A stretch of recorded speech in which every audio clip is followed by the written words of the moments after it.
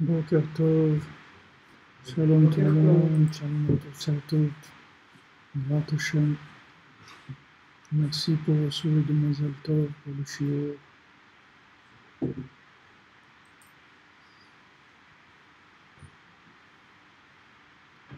J'attends juste que vous me disiez si tout est ok au niveau du son.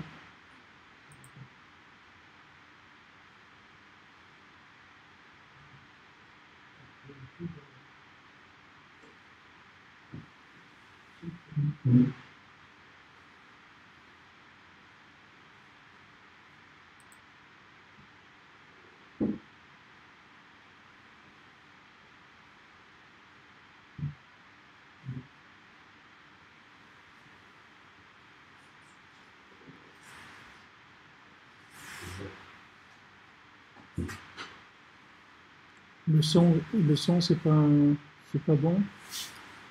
Apparemment, le son il doit être ok après les réglages.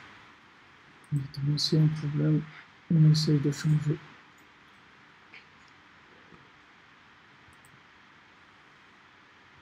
Au niveau du son,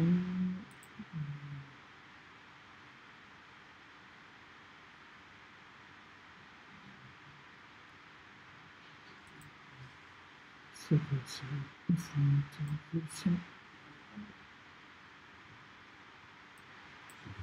Vous entendez là? Est-ce que le son est ok?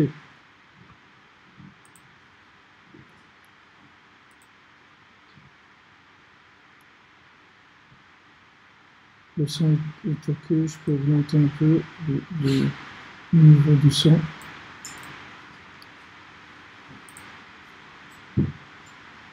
C'est bon? On peut commencer. Le son ok. Allez. Quelque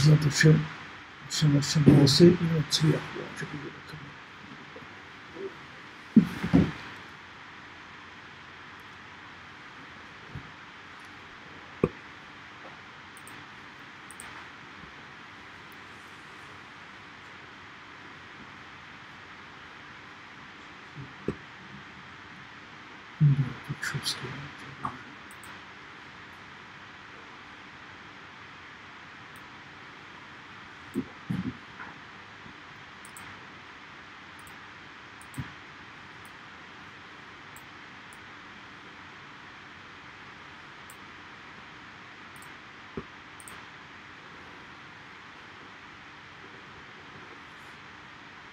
La chaîne est découragée, qui sont là. Donc on est arrivé dans Ilchot Rosh Chodesh à la Chazaïn. Je crois qu'on n'a pas avancé beaucoup dans le texte de la dernière fois, on a fait que 10 lignes. Hein? Vous vous rappelez pas? Quelques lignes, on a fait 2, 4, 6, 8. Okay. On est passage Chaf, donc c'est page 239 pour ceux qui ont écouté à la côte. Chaf. Et 2, 4, 6, 8, 10, 12, 13e ligne. Al-Ken Israël Monim Lalvana, c'est pour ça que le Ham Israël, il compte d'après la lune, Shou Prinat Torah Sheba'al-Peh, qui est la Torah orale, Prinat Emunat Chachamim, Shemitratchim Becholoet Kmo Alvana. C'est le principe de la confiance dans les sages qui se renouvelle chaque instant comme la lune. Donc quand on parle de Torah orale, ça veut dire Torah connectée au mouvement du temps. Donc c'est Torah lunaire. Si Torah solaire, elle est figée. Torah lunaire, elle bouge tout le temps. Donc il faut tout le temps une nouvelle Torah. Tout le temps il faut une nouvelle Torah, de nouveaux concepts, de nouvelles choses. Tout le temps. Tous les jours, toutes les heures, tout le temps. Il faut que ça se renouvelle tout le temps. Ça c'est le principe de la Torah Sheba'al-Peh. Maintenant,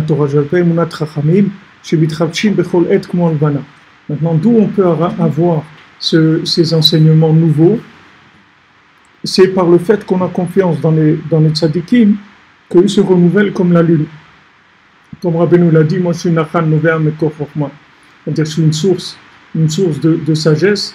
Une source, ça veut dire que l'eau qu'on prend, elle est toujours nouvelle. C'est jamais, c'est pas embouteillé. Il n'y a pas d'embouteillage. C'est tout le temps c'est fluide, ça coule tout le temps. Parce que le chemin, on connaît sa trajectoire, mais la lune, on ne connaît pas la trajectoire, ça bouge tout le temps.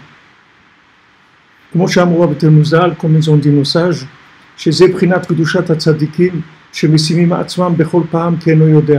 ça c'est la kedusha des tzadikim. Quelle est la kedusha, la sainteté des tzadikim? C'est qu'ils sont toujours capables de se placer dans une position comme s'ils ne savaient rien du tout. C'est ça la sainteté des tzadikim.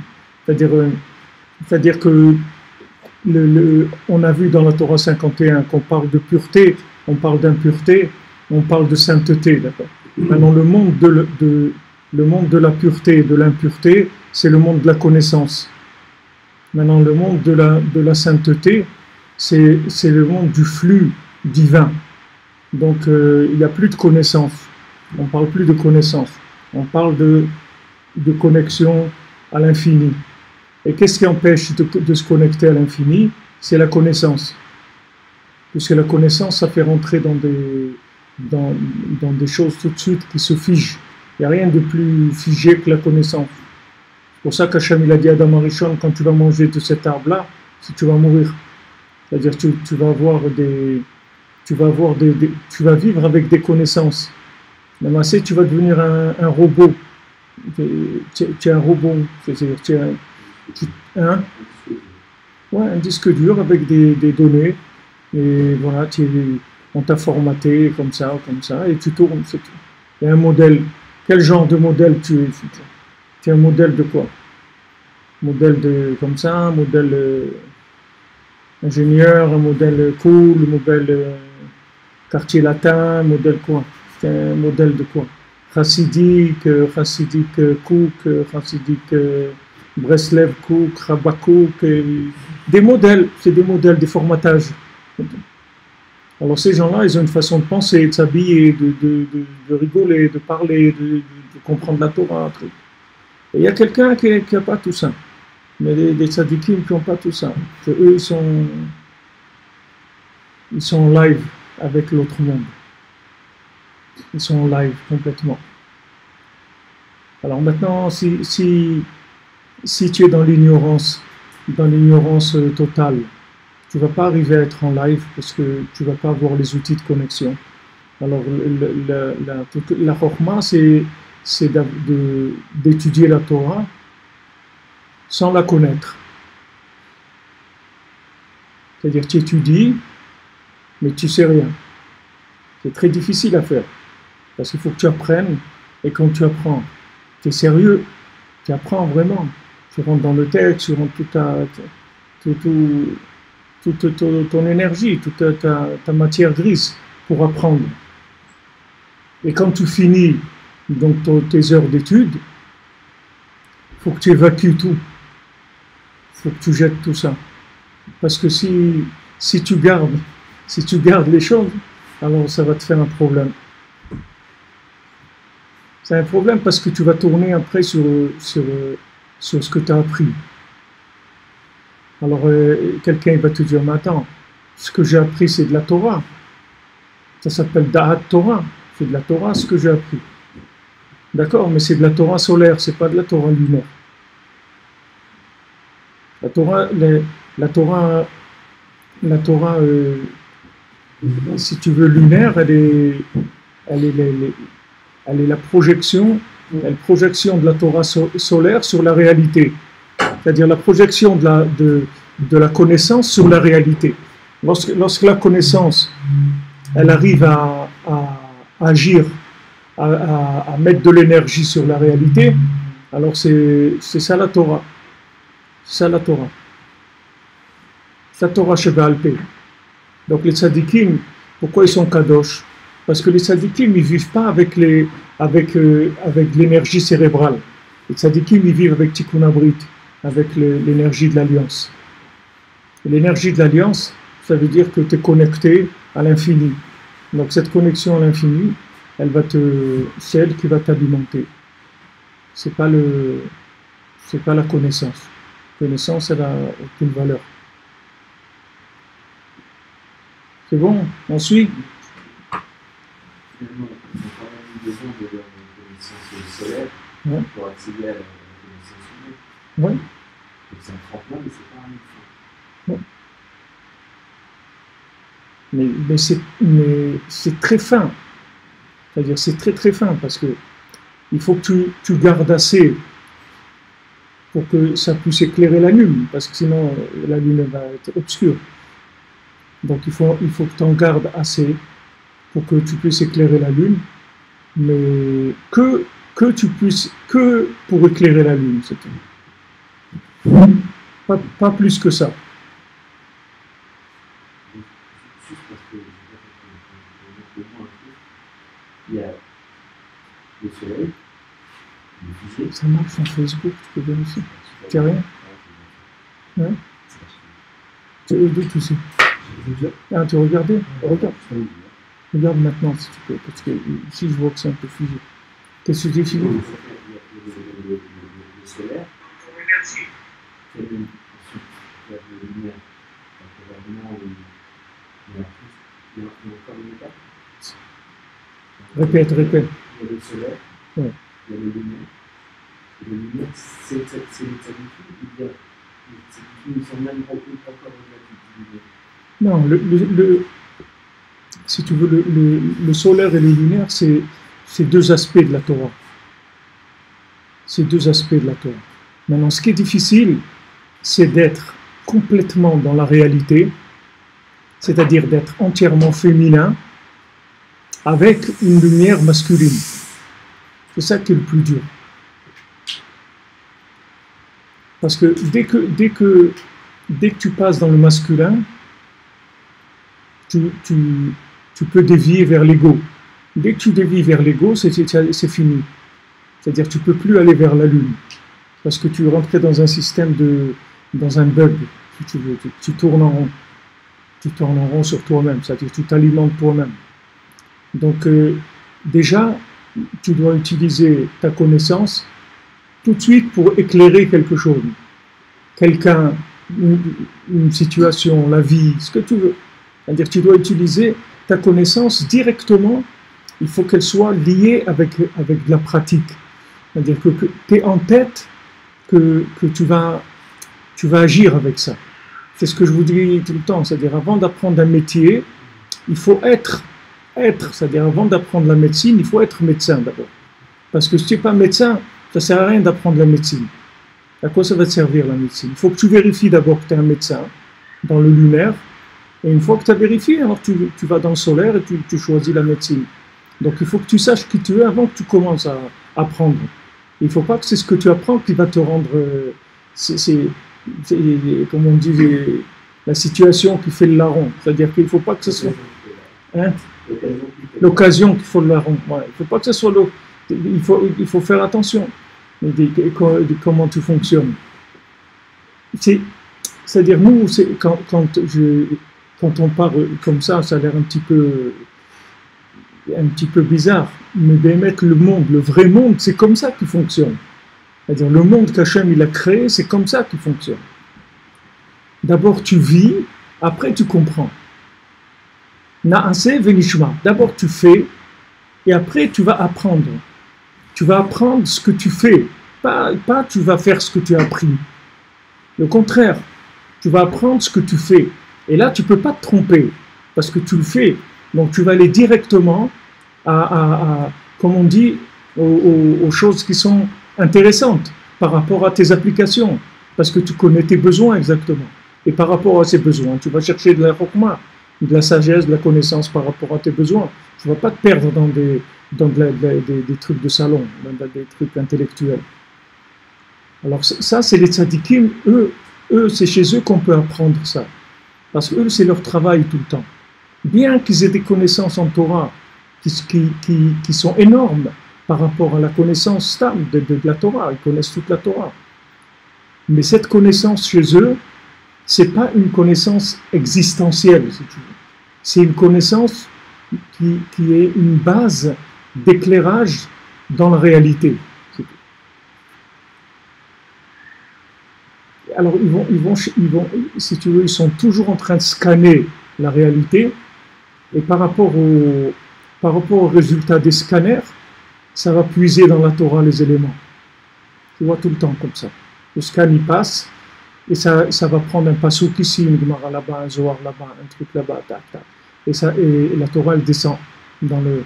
Mais si tu fais le contraire, c'est comme si tu vas chez le pharmacien, tu viens avec une ordonnance, et lui après il va chercher dans ses tiroirs, dans ses trucs.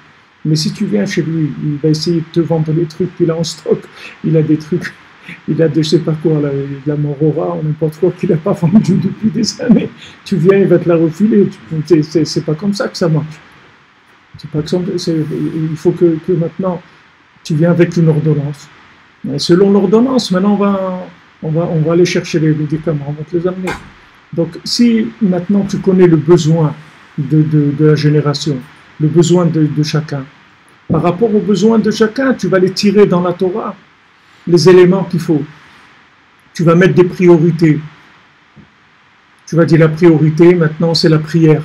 La priorité c'est la simcha. La priorité c'est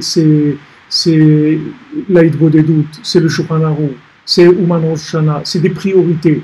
Maintenant, pourquoi c'est comme ça? Pourquoi c'est comme ça? Parce que la situation, elle fait appel à cette Torah-là. Et maintenant, pourquoi les autres gens, ils ne sont pas conscients de ça? C'est parce qu'ils ne sont pas encore conscients qu'ils ont un problème. Ils ne sont pas rendus compte encore qu'ils sont malades et qu'il y a une ordonnance.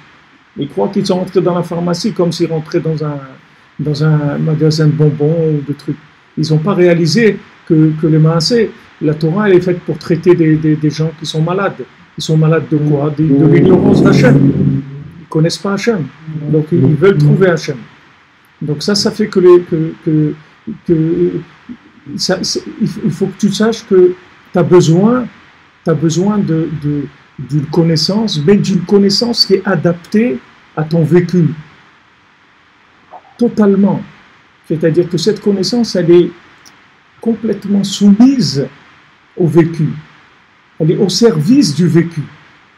Alors que le monde, il essaye de vivre par rapport à la connaissance, de faire une application du vécu par rapport à la connaissance. Mais c'est le contraire. Si tu as une Torah, ta Torah, il faut qu'elle rentre dans ton cœur. Parce que si elle ne rentre pas dans ton cœur, tu ne vas jamais pouvoir la mettre en contact avec la réalité. Parce que la réalité, tu la puises avec tes sens. La réalité, ce n'est pas une théorie. La réalité, c'est quelque chose que tu vas ressentir. Donc maintenant, si ta Torah, tu ne l'as pas ressentie, tu es incapable de choisir dans la Torah ce qui va guérir ton problème émotionnel maintenant. Maintenant, tu as un problème, tu as un truc, n'importe quoi. Quelqu'un t'a menti, tu es en dépression, n'importe quoi. Problème chalobaï, tu n'arrives pas à te marier, n'importe quoi, n'importe quel problème, n'importe quel manque que tu peux avoir. Tu as un manque. Maintenant, ce manque-là, il ne va jamais pouvoir se combler par une Torah qui n'est pas du cœur. Parce que si c'est une Torah qui n'est pas du cœur, le gars, il va aller te chercher quoi? Il va te dire, voilà tout ce qui est écrit dans la Torah concernant ce problème-là.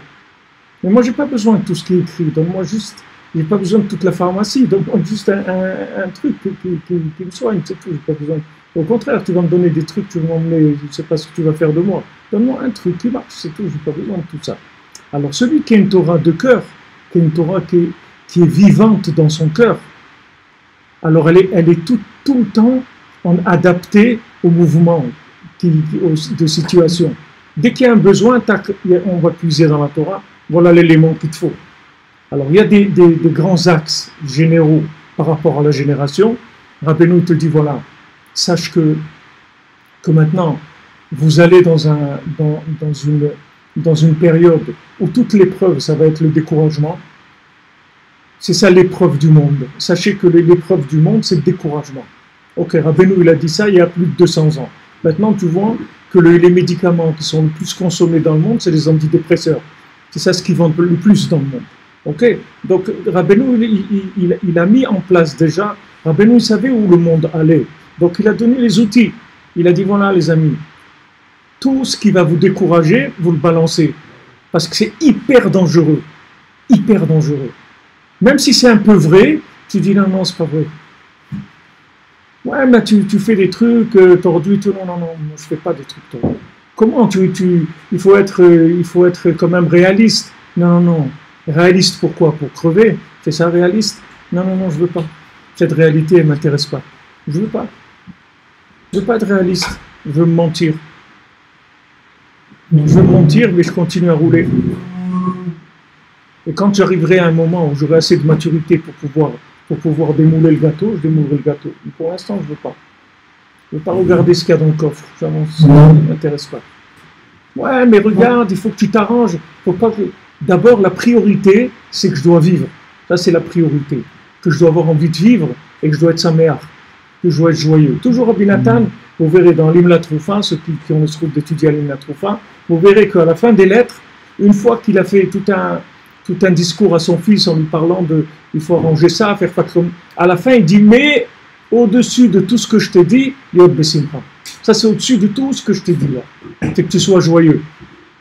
Au-dessus de tout, fais attention, Yod Besimcha. Ça veut dire que maintenant, on va parler de choses. Qu'il faut ça, il faut se marier, il faut étudier la Torah, il faut faire tchouva, il faut la Ouman, tout ce qu'on va dire. Beaucoup de il faut. Mais au-dessus de tout ce il faut là, d'abord, il faut être Bessimcha. Parce que si tu n'es pas Bessimcha, c'est tout du sheker. Toute ta Torah, c'est du sheker. Rabbeinu t'avertit. Te dit attention, ne joue pas avec ça. Parce que tu es dans une génération où les gens, ils sont très, très vulnérables au point de vue découragement. C'est-à-dire, c'est la maladie. Tous les gens, ils sont vulnérables. Il y avait des périodes où le monde était vulnérable d'autres choses. Maintenant, la maladie générale de toute l'humanité, c'est le youch, c'est de se décourager. Donc faites très attention à ça. Mais pour te dire ça, il faut avoir un scanner. D'abord, un scanner pour faire un diagnostic. Et deuxièmement, il faut être un hyper connaisseur de médicaments pour trouver l'antibiotique qui est adapté, parce que des antibiotiques, il y en a plein. Et il y a des antibiotiques, tu peux prendre 10 antibiotiques, si c'est pas adapté au bon virus, ça fait rien du tout. Ça va pas te soigner. Donc le tzaddik, si tu veux, lui, qui a une Torah dans son cœur, que sa Torah elle est vivante. C'est pas une Torah de théorie. C'est une Torah vivante. Sa Torah elle est dans son cœur. Donc maintenant, quand il scanne, automatiquement de son cœur, il va sortir les choses qui sont en rapport avec la réalité. C'est comme ça que fonctionne le système. Et chacun, il doit être comme ça. C'est-à-dire, quand tu étudies la Torah, ça doit être comme ça. Tu n'étudies pas la Torah pour savoir des choses, tu étudies la Torah pour vivre des solutions aux situations qui vont se présenter à toi dans ta vie. Quand on dit Tariag 18 d'Oraita, ça veut dire 613 conseils de la Torah. La Torah, sont 613 mitzvot, ce n'est pas 613 mitzvot, 613 conseils. La Torah, ce sont des conseils. Le conseil, c'est quoi? C'est voilà ce qu'il faut faire dans telle situation. Mais ça, il faut que la Torah elle rentre dans ton cœur. Si elle est rentrée dans ton cerveau, qu'est-ce qui va te faire choisir ça plutôt que ça? Parce que ce matin, tu t'es levé du pied gauche, donc ce matin, ta femme t'a dit ça, ou tu as mangé un petit déjeuner avec du piquant, ou n'importe quoi, alors après tu vas sortir une Torah comme ça ou comme ça. Qu'est-ce qui va faire que tu vas dire une Torah comme ci ou comme ça? Il faut maintenant que ta Torah elle soit connectée avec la réalité, c'est-à-dire qu'elle soit dans ton cœur.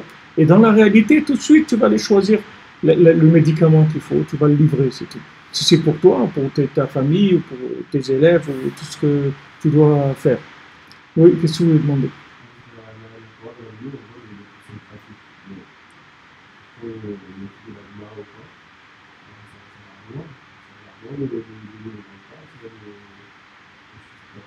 La Gemara aussi, c'est très pratique. C'est un degré d'émouna, c'est tout.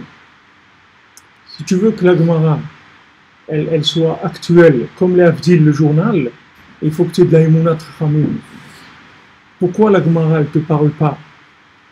Elle ne te fait pas le planning de ta journée? Parce que tu n'as pas d'émouna trachamim assez forte. Alors, tu as une approche qui est, si tu veux, logique, intellectuelle, etc. Tu rentres dans le texte, mais tu n'as pas un lien de cœur avec le texte. Si tu avais un lien de cœur avec le texte, tu verrais que le texte, il va tout de suite parler des choses dont tu es concerné dans ta journée. N'importe quel texte de Torah que tu vas étudier, du moment où c'est de la Torah kasher, c'est-à-dire que c'est le Chumash ou la Mishnah ou la Gemara ou Rashi ou le Midrash, tout ce qui est kasher, tout ce qui est des Sfarim, Ksherim de Torah qui sont Mekoubalim dans l'Am Israël, tous ces Sfarim-là, c'est du Ruach HaKodesh. Qu'est-ce que ça veut dire Ruach HaKodesh? Ruach HaKodesh, ça veut dire que possibilité de connecter à n'importe quelle situation vécue pour donner une solution.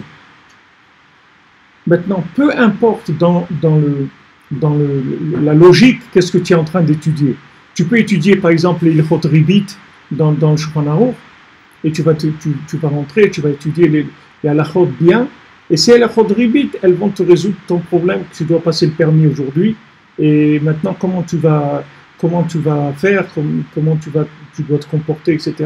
Tu vas voir que dans ces Ilchot Ribit, il va te dire comment tu vas passer le permis. Et si tu ne vois pas le lien qu'il y a entre ce que tu as étudié et la réalité, c'est uniquement un manque d'émunat chachamim, c'est tout. C'est-à-dire que la Torah, elle reste fermée, elle reste écrite, elle n'est pas passée à l'oral. Donc elle ne peut pas te parler, si tu veux. Mais la Torah, elle doit te parler. Le but de la Torah, c'est de t'orienter dans ce monde. Ce n'est pas que tu saches des choses. Qu'est-ce que tu vas faire à savoir des choses? Si un type il est malade, tu lui dis je vais vous faire un cours justement, je vais vous expliquer ce que c'est votre maladie et tout. Après ça va aller mieux. Mais des fois c'est pire s'il lui dit ce qu'il a. Tu dis ouf, laisse-moi tranquille. Donne-moi un médicament, c'est tout. Pas besoin de savoir. Tu vas m'expliquer. C'est uniquement une question d'émunat chachamim. Si tu étudies la Torah avec des gens branchés, tu vas voir que n'importe quoi que tu étudies, c'est connecté avec la réalité. Mais vraiment n'importe quoi, n'importe quel texte. Tu étudies Mishnah Berurah, Ilchot Shabbat, ce que tu veux. N'importe quel Mishnah, n'importe quel Gemara, n'importe quel Midrash, n'importe quel Zohar, ce que tu veux. Tout c'est une Torah qui parle. Parce que le but de la Torah, c'est de t'orienter dans ce monde. C'est son but. À quoi ça sert de savoir des choses? À quoi ça sert de savoir des choses si maintenant ça ne va pas t'amener une solution dans ta vie? Pourquoi des gens ils ont abandonné la Torah? Tu vois surtout ici en RS, combien de gens tu parles avec eux, ils ont passé la yeshiva, ils te posent des questions dans la Gemara, ils ont étudié des années dans les yeshivas. Et ils ont tout lâché, parce que c'était un trop grand fossé entre la connaissance et le vécu. Jamais leur connaissance allait rentrer en contact avec leur vécu. C'est pour ça qu'ils ont jeté la Torah. Il ne va pas crever le bonhomme, il faut bien qu'il vive. Qu'est-ce que tu veux qu'il fasse? Ils ont sorti un film, là, un documentaire en Amérique qui vient de sortir il y a 2 semaines. One of Us, ça s'appelle. Il vient de sortir il y a 2 semaines. Et quelqu'un m'a envoyé le trailer, là, le truc, que j'ai regardé un petit peu. Alors là-bas, c'est un documentaire. Tu vois des gens qui viennent de familles orthodoxes et qui sont partis en vrille complètement. Parce qu'il n'y a aucune connexion avec la vie. C'est-à-dire, mais qu'est-ce qu'on va faire? On va vivre imagine-toi un bonhomme, tu le fais vivre sur un podium de cinéma toute sa vie. Il ne peut pas. Il y a un moment où il a envie de vivre, le bonhomme. Attends, je suis quelqu'un. J'ai pas... Non, tu dois jouer Tarzan toute ta vie. Oh, je ne suis pas Tarzan, moi. Qu'est-ce que tu veux? 1 heure ou 2, ça va, mais j'ai pas toute ma vie Tarzan. Mais je ne peux pas. J'ai envie d'être un père de famille, j'ai envie de jouer au football avec mes enfants, j'ai envie d'être normal. Me promener, boire un café, n'importe quoi. Je ne peux pas jouer Tarzan toute ma vie, c'est pas humain. Alors maintenant, si tu ne les as pas connectés, alors tu as une vie qui est imposée, si tu veux, par des normes de logique, et le cœur, d'un autre côté, il est complètement asphyxié parce qu'il n'y a pas de contact avec la vie. Alors où il va chercher la vie? Il va chercher dans la rue, c'est tout, c'est normal. Parce que la rue, c'est la vie, c'est là où ça bouge. C'est là du mouvement. Tandis que si tu as une Torah qui est connectée avec la vie, tu n'iras jamais chercher dans la rue, tu n'as pas besoin. Parce que ta Torah, elle est avec toi dans la rue. C'est la même chose, la rue, dedans, dehors, tout est pareil. C'est tout connecté, tu n'as pas de problème. Mais là, tu vois la maladie des systèmes, tu vois, les systèmes. Et ça, c'est des gens qui ont craqué, parce que c'est des gens sincères, ou des gens faibles, ou tout ce que tu veux. Mais il y a combien de gens comme ça qui sont à l'intérieur, et qui tiennent sur les nerfs, c'est tout. avec des antidépresseurs et des trucs, c'est tout. Ils tiennent avec des nerfs. Et comme les nerfs, ils n'arrivent plus à fournir assez d'énergie, alors il faut des antidépresseurs, il faut des trucs qui renforcent le système nerveux. Parce qu'il n'y a pas assez de force pour tenir nerveusement dans des choses que tu ne vis pas, qui ne t'alimentent pas, qui ne te rendent pas joyeux. Tu ne peux pas toute ta vie vivre sur des nerfs. C'est impossible. C'est pas humain. C'est pas humain. Et laisse le bonhomme qui part, qui aille où il veut, mais au moins il va vivre. Qu'est-ce que c'est cette vie-là d'asphyxie, de trucs? C'est pas une vie, c'est rien du tout. Ça. Tu appelles ça de la Torah. Tu appelles ça de la Torah, encore tu oses appeler ça de la Torah. C'est ça la Torah. La Torah, Hachem, il a donné aux gens pour qu'ils crèvent, c'est ça la Torah. Hachem, il te dit, regarde, je te donne la vie. Je te donne la vie. Ça veut dire la Torah, c'est de la vie, c'est pas des nerfs.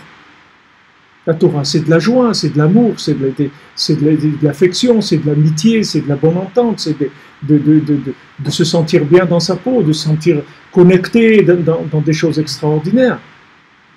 C'est des niveaux de connexion extraordinaires. Mais si tu n'as pas une Torah comme ça, comment tu vas vivre? Tu peux pas. Tu peux pas vivre.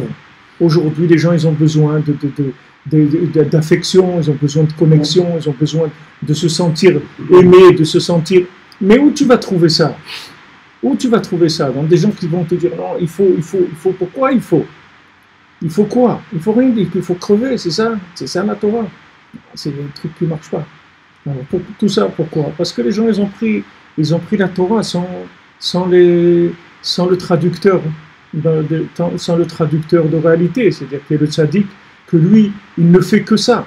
Il ne fait que transformer tout le temps toute l'étude pour l'adapter à la réalité. Rabbeinu, il a dit toutes les asagot que j'ai de Torah.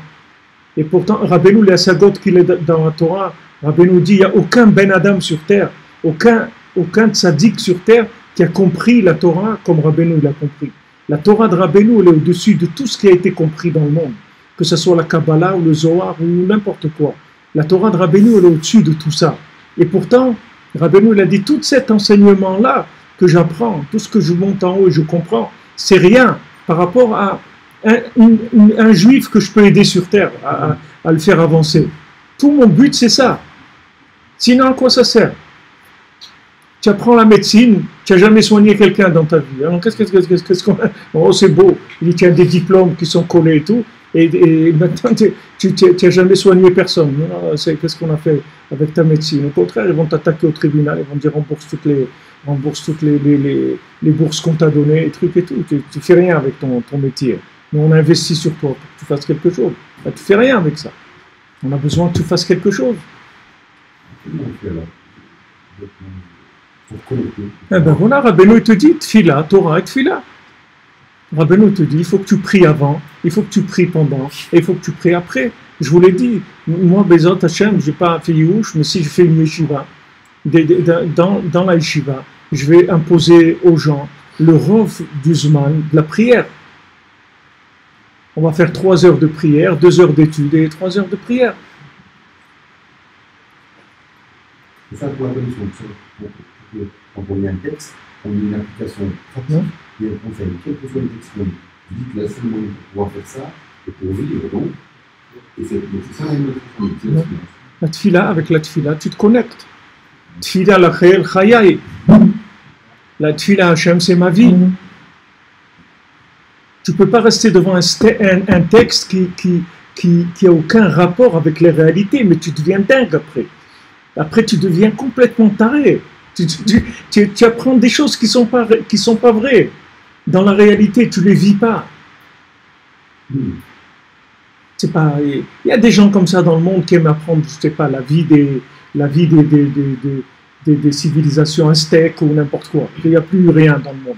Alors ils se plongent là-dedans. Mais tu ne vas pas faire un mode de vie de ça. Tu ne peux pas. Ça t'intéresse, ok, 5 minutes, ça y est.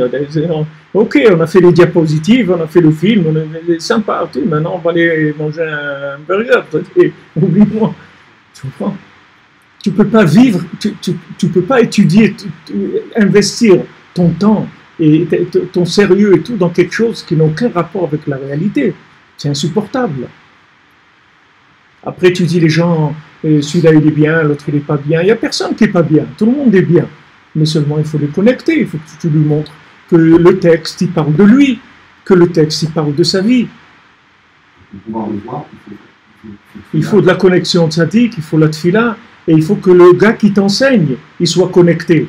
Parce que si tu apprends avec des morts vivants, ta Torah, c'est une Torah des morts vivants. Tu comprends? C'est une Torah délavée, il n'y a rien dedans.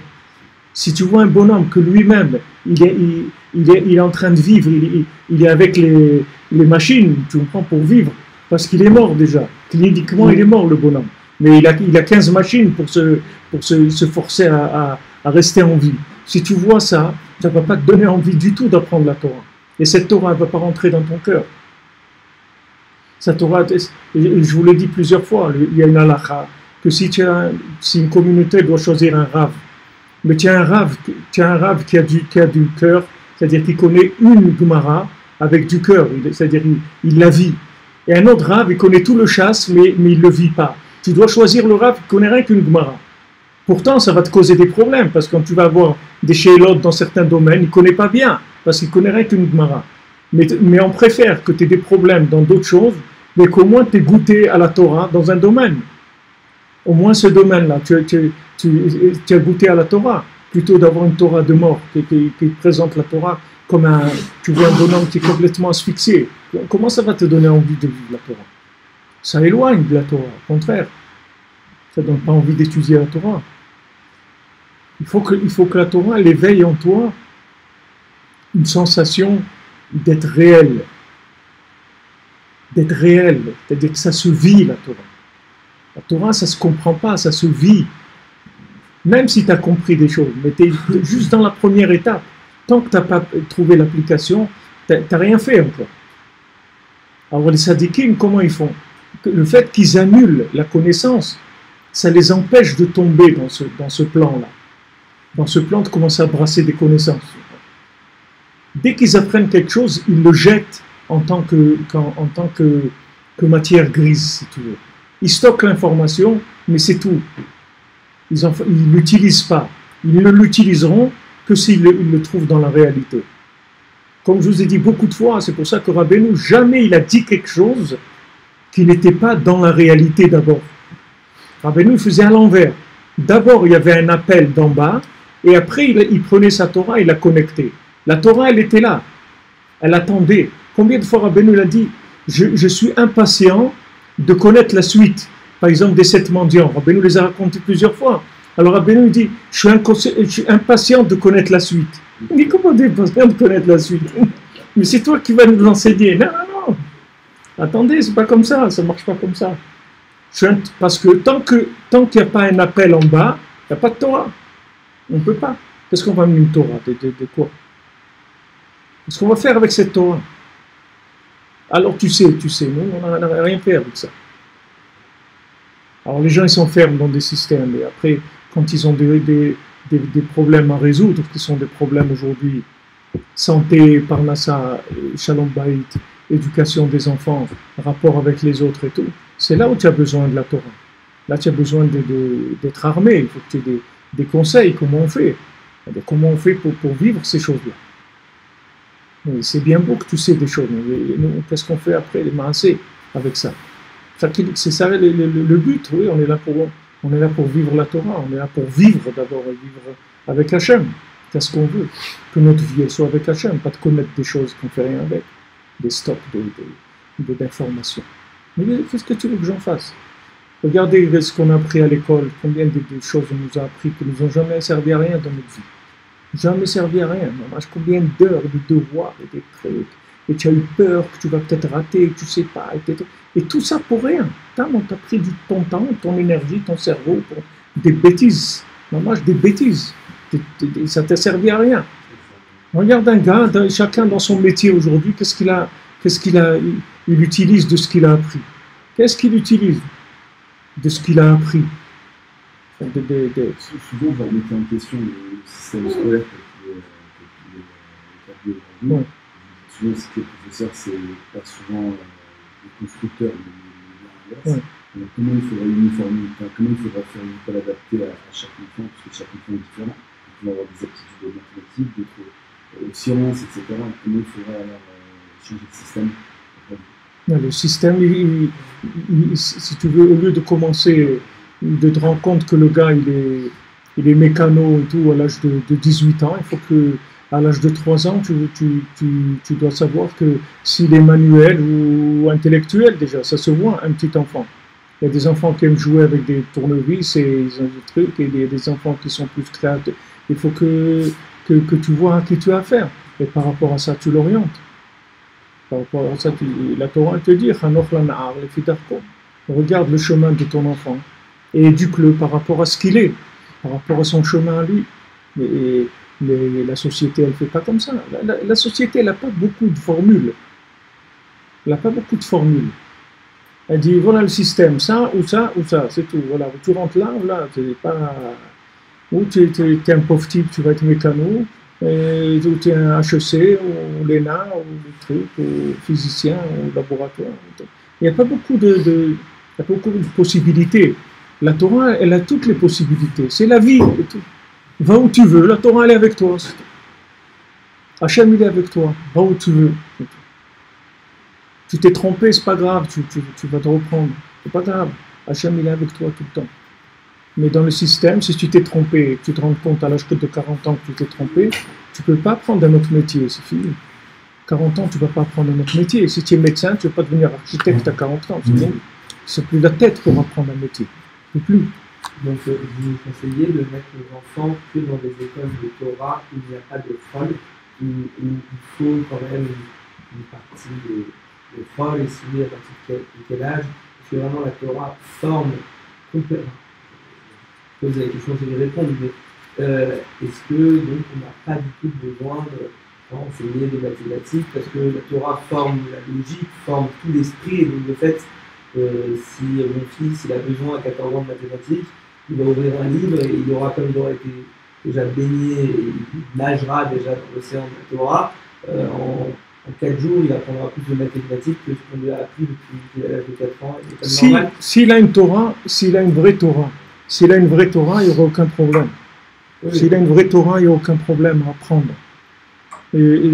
À Aix-les-Bains, par exemple, à la Yeshiva d'Aix-les-Bains, les rabbinim de la Yeshiva d'Aix-les-Bains, eux-mêmes, quand ils étaient jeunes, ils ont passé le bac et tout. Et ils n'aimaient jamais aller à l'école. Ils n'allaient pas au lycée. Mais une semaine avant, ils prenaient les livres des trucs, ils passaient les livres, ils passaient les trucs, et ils avaient les bacs avec mention. Parce que quelqu'un qui sait comment on approche la connaissance, c'est facile pour lui. C'est très facile, c'est pas un problème. Mais il faut que ça soit de la vraie Torah, il ne faut pas se tromper. Parce que si tu le mets dans des systèmes où l'enfant, il n'est pas nourri par la Torah, c'est-à-dire c'est une Torah qui le nourrit dans la connaissance, mais qui ne le nourrit pas affectivement, c'est-à-dire que au point de vue affectif, il est en manque, il n'arrive pas à s'identifier. Si l'enfant n'arrive pas à s'identifier, alors là, il vaut mieux que tu lui apprennes du rôle. Parce que le rôle, c'est un niveau d'identification c'est plus facile. C'est plus facile. Quand il va apprendre des mathématiques ou il va apprendre de la géographie, des trucs, c'est des choses plus concrètes. Mais si au niveau de la Torah, il est alimenté affectivement, c'est-à-dire qu'il aime, tu vois qu'il aime, qu'il vit sa Torah, que tous les jours il vient, il parle, waouh, un truc et tout, tu vois qu'il vit ça, mais après le reste, c'est rien du tout pour apprendre. Mais si tu vois qu'il ne vit pas la Torah, qu'il y a un problème, alors il faut l'orienter vers quelque chose de plus concret, c'est tout. Chaque cas, chaque enfant, il est différent. Les garçons comme les filles, vous parlez que des garçons. Non, aujourd'hui, les garçons comme les filles, c'est la même chose. Aujourd'hui, Baruch Hashem, les filles, elles sont intelligentes, elles ont besoin d'apprendre des choses. Ils ont besoin d'apprendre des choses. Tu ne peux pas mettre une fille dans un truc où elle apprend à faire des gâteaux ou des trucs comme ça. Il faut qu'elle... C'est un niveau... Non, ça c'était bien avant. Une jeune fille restait avec sa mère, elle apprenait la cuisine et tout. Aujourd'hui, c'est pas comme ça. Aujourd'hui, les cerveaux ils sont développés, il y a beaucoup de connaissances. Il faut leur donner à manger, d'après ce qu'ils ont besoin. En tout cas, le principe, c'est qu'on a un petit peu survolé un peu le principe. Voilà la Torah. C'est ce qu'appelle la Torah, c'est ça. Torah, Tfila. Tfila, Torah, Tfila. Tfila avant, Tfila après.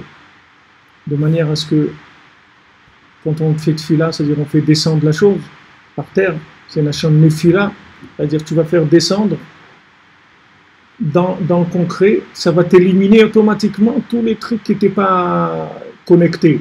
Ça va s'éliminer automatiquement. Quand tu vas passer dans la réalité, tout ce qui servait à rien, ça va s'en aller. Comme l'emballage, tu ouvres un emballage, alors il y a des gens qui gardent les emballages, ils disent, on ne sait jamais, ça peut servir. À quoi ça va servir? Ils jettent la poubelle. Non, mais ça peut servir. C'est-à-dire, ils n'arrivent même pas à voir que dans l'emballage, il y a des trucs à jeter, c'est tout. Prends le truc et jette le long. Non, et chaque chose, c'est important, parce qu'on ne sait jamais. Dans la connaissance, tu vas ramasser des choses. Mais si cette connaissance, elle est connectée avec la tfila, tu vas voir que ça va éliminer toutes les choses qui ne sont pas intéressantes sur le moment. Et si tu étudies comme ça, tu verras qu'il y a des choses que tu vas étudier et tu ne vas pas t'en servir pendant 20 ans peut-être. Tu ne sauras même pas que tu as appris ça, tu ne te rappelleras pas du tout. Et un jour, il y a une situation qui va se présenter où tac, il va y avoir le download de cette connaissance qui était quelque part dans ton cerveau, qui était quelque part, mais elle n'a jamais eu l'occasion de s'exprimer parce qu'il n'y a pas eu d'appel d'en bas. Tandis qu'il y a des gens, ils travaillent la mémoire tout le temps, pour se rappeler de ce qu'ils ont appris. Parce que comme ils n'ont pas de contact avec la réalité, comment tu veux qu'ils se rappellent, le gars? Tandis que celui qui a un contact avec la réalité, il n'a pas besoin de se rappeler. Tout est là. Quand ça vient, la chose, elle s'ouvre tout de suite. Elle se download automatiquement. Dès qu'il a un besoin dans la situation. Parce que cette connaissance-là, ce n'est pas une connaissance de logique. Mais si tu vis sur la logique, tu es obligé de tout mettre dans la mémoire vive, si tu veux. Tu peux pas utiliser le disque dur. Tout en mémoire vive. C'est-à-dire, tout, il faut que les éléments ils se connectent tous ensemble, tout le temps. Ça demande des efforts terribles. C'est-à-dire, ça fatigue la tête, ça. Tandis que si tu t'étudies avec une conscience de la réalité, tu stockes tes informations, tu les laisses là-bas, c'est tout. Elles sont là, il n'y a pas de problème. Rabbeinu dit que dans l'Olama Emet, tout ce que tu as appris dans ce monde, on va te le rappeler là-bas. Tout. Il dit que c'est comme les grands princes et les rois et tout qui s'enorgueillissent, qui disent j'ai voyagé, j'étais en Italie, j'étais au Japon, j'étais là. Alors il dit que quand tu vas dans l'Olam Haba, il faut que tu puisses dire j'ai été dans le Zohar, j'étais dans la Gemara, j'étais dans le Rambam, j'étais dans ça. Mais les maasés, tout ça, c'est là, c'est en toi. La preuve, c'est qu'on va te le rappeler. Donc ça veut dire c'est en toi. Seulement, comme maintenant, tu n'as pas eu l'occasion de le vivre ici, alors on va te le rappeler après dans l'Olam Haemet, dans l'Olam Haba. Mais toute cette Torah que tu as appris, si tu l'as appris avec une bonne méthode, elle ne va pas te fatiguer la tête, elle va te laisser aussi un homme simple, tu ne vas pas devenir un homme compliqué, tu vas pas avoir la grosse tête, ça ne va pas te gonfler, parce qu'elle ne prend pas de place. Tu comprends? Elle n'est pas là, les maasés. Si tu viens, tu fais une visite des lieux, tu vas trouver qu'il n'y a rien. Il dit, mais attendez, mais monsieur, vous ne savez rien. Il dit, effectivement, par rapport à ce qu'il y a, il n'y a rien à savoir ici. Il n'y a pas besoin de savoir quelque chose. Si on peut enseigner la Torah sur l'enfant, on dit, bon, voilà, à 10 ans, la maison commence. Alors on fait quoi? La réalité, il la capte pas vraiment. Et la Torah solaire, la connaissance, elle va lui servir à pas grand-chose. Alors on fait quoi? Je te dis, il faut lui faire aimer ce qu'il apprend, c'est tout. Tu lui fais aimer ce qu'il apprend. Du moment où il aime ce qu'il apprend, ça va rentrer dans son cœur. Le principal, c'est ce qui va rentrer dans son cœur. Parce que quand ça va rentrer dans son cœur, ça va être lié avec la réalité. Et jamais il abandonnera. Pourquoi on dit n'abandonne pas la Torah de ta mère? On ne dit pas la Torah de ton père. Qui est-ce qui a l'obligation d'enseigner la Torah? C'est le papa ou la maman? Qui est-ce qui a la mitzvah taseh midoraita veshinantam levanecha? C'est le père, c'est pas la mère. La mère n'a pas un chiyuv d'oraita d'enseigner la Torah à ses enfants. Le père, il a un chiyuv de Torah d'enseigner à son fils, oui. Et on te dit, n'oublie pas la Torah de ta mère.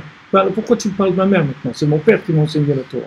C'est lui qui a payé l'école, c'est lui qui a payé le mélamède et les cours de rattrapage et les trucs. Pourquoi tu dis ma mère? Non. Parce que dans la Torah que ton père il t'a enseigné, c'est que la Torah de ta mère qui va te rester, c'est tout. Toute la Torah que ton père il t'a enseigné, si ta mère elle l'a pas cuisiné, ça ne va pas rester chez toi.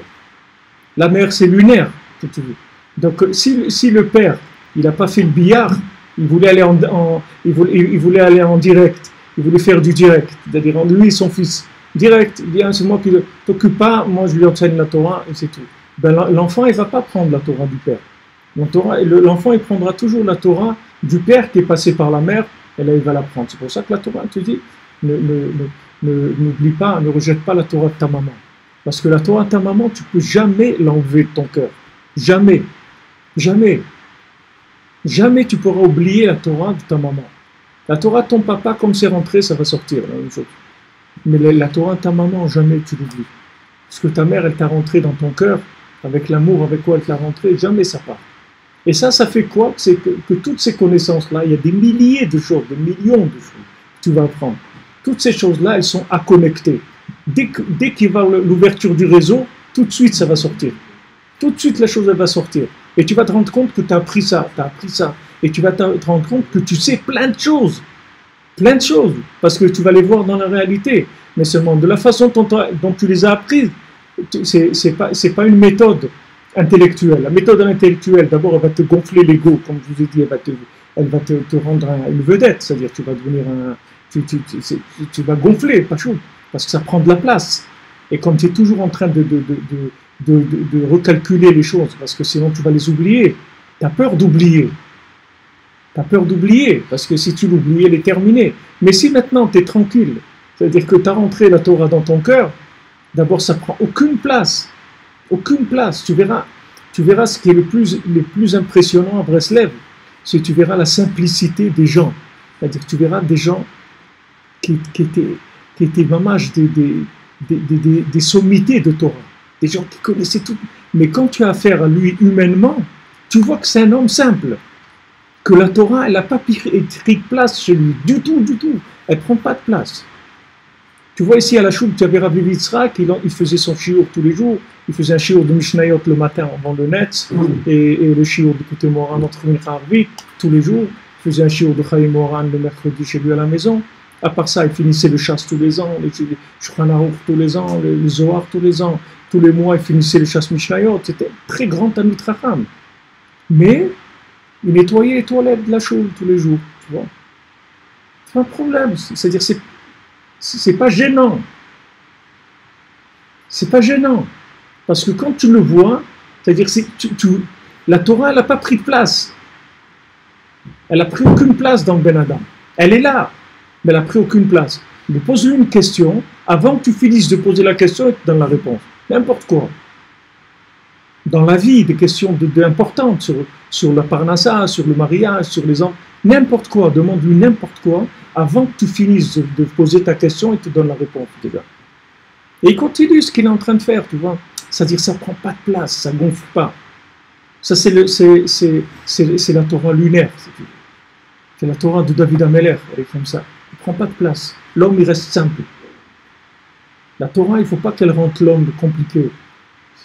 La complication vient du système solaire, de la Chokhma. La Chokhma, ça prend de la place. Mais la Levana, ça ne prend pas de place. C'est le cœur qui est le contact entre le lunaire et le solaire, ou bien le lunaire, c'est le cœur? Le lunaire, c'est le cœur, mais si tu veux, c'est vers lui qu'il faut orienter. Il y a, si tu veux, le cœur, c'est le vécu au niveau individuel. Mais après, la traduction de ce vécu dans la réalité de la vie, elle va se faire avec ce qu'il y a dans ton cœur. C'est-à-dire que tu t'es construit individuellement, mais tu t'es construit, si tu veux, c'est comme si tu as un appareil, que tu as construit un appareil, que cet appareil, il est fait pour analyser, pour prendre la température, pour prendre des trucs. L'appareil, il a été fait pour ça. Ce n'est pas un appareil pour faire des mathématiques. C'est un appareil qui a en vue d'être utilisé un jour.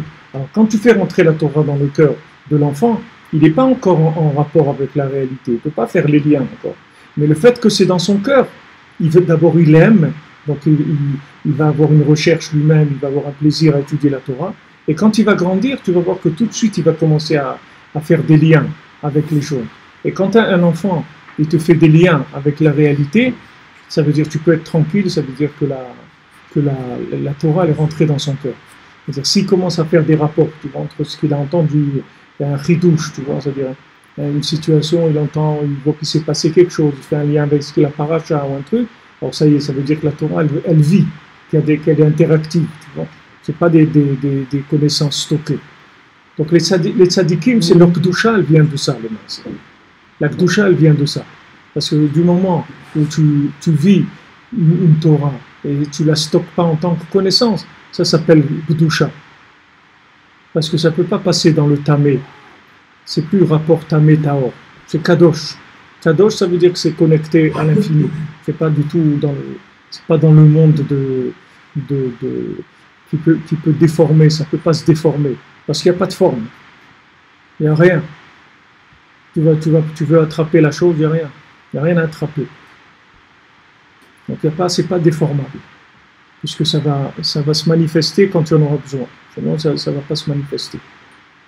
Si on peut ceux qui veulent étudier, de général, de mots, qu'est-ce qu'il doit faire comme défi avant ou quand il a fini sa page de Gemara, ou n'importe quelle étude, qu'est-ce qu'il fait quoi?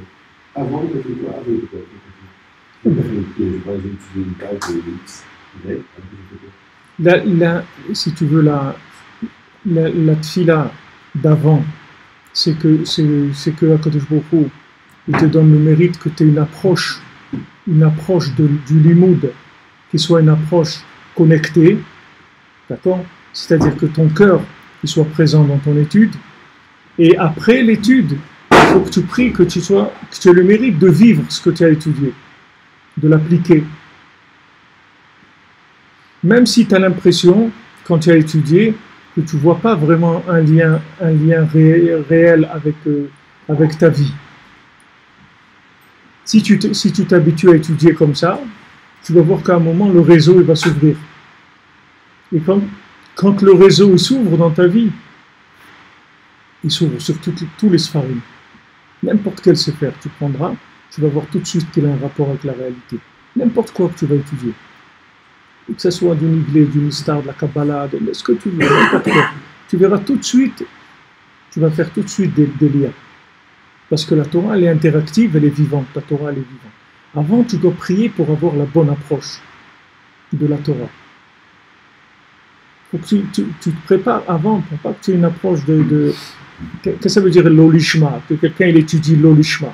Ça veut dire que il étudie pas les Shem Hashem. Ça veut dire les Shem Hashem, ça veut dire pour trouver Hashem dans le monde, pour se connecter avec Hashem. C'est ça l'ishma. Les Shem Hashem, ça veut dire les Shem Hashem. Voilà Hashem, j'étudie pour toi. Qu'est-ce que veut dire que Hashem, il n'a pas besoin que tu étudies pour lui? Les Shem Hashem, ça veut dire que les Shem, que tu vas pouvoir trouver l'appellation d'Hashem dans la réalité. Dire, ah, ça c'est Hashem, ça c'est Hashem. Voilà Hashem, il est là, Hashem, il est là, Hashem, il est là. Ah, voilà ce qu'on a étudié, c'est là, voilà ce qu'on a. Tac, tac, tac, ça y est, tu vois que la Torah, elle est vivante. Tu dis, mais comment c'est possible? J'ai étudié aujourd'hui dans le Dafayomi, j'ai étudié ça, je vais, tac, ça t'arrive des choses comme ça, oui? Alors, maintenant, sache que si tu continues ça, tu peux arriver que toute ton étude, elle est comme ça. Et après, elle se superpose complètement avec ta réalité, si tu veux. Il n'y a plus d'écart entre ce que tu as appris et ce que tu es en train de vivre. Hein? Ouais. Tout le temps. Tout le temps. Tout le temps. Bon, Hachem. Alors, on a dit les mots. כמו שאמרו תנוזל, שזה בחינת קדושת הצדיקים שבשיאים עצמם בכל פעם כן הוא יודע. אז c'est la קדושה des tzadikim qui se mettent tout le temps comme quelqu'un qui sait rien. Donc, כמו שאמרו תנוזל, אין התורה מתקיימת, אלא במשים עצמו כן הוא יודע. Donc, la Gemara, elle dit, il rapporte ici la Gemara dans Sota, que la Torah ne se maintient que par celui qui se met comme s'il ne le savait pas. C'est-à-dire, mitkayemet. Mitkayemet, ça veut dire elle se maintient. Comment elle va se maintenir? Qu'est-ce que ça veut dire se maintenir? Ça veut dire passer passer les intempéries. C'est ça, se maintenir. Ça veut dire que la Torah, elle va se maintenir. Ça veut dire qu'elle va se maintenir quand ça va aller bien, quand ça va aller moins bien, quand il fait chaud, quand il fait froid, quand on a de l'argent, quand on n'en a pas, quand on a du shalom, quand on n'en a pas, quand on est en bonne santé, quand on a... La Torah, elle est là tout le temps. Pourquoi elle est là tout le temps?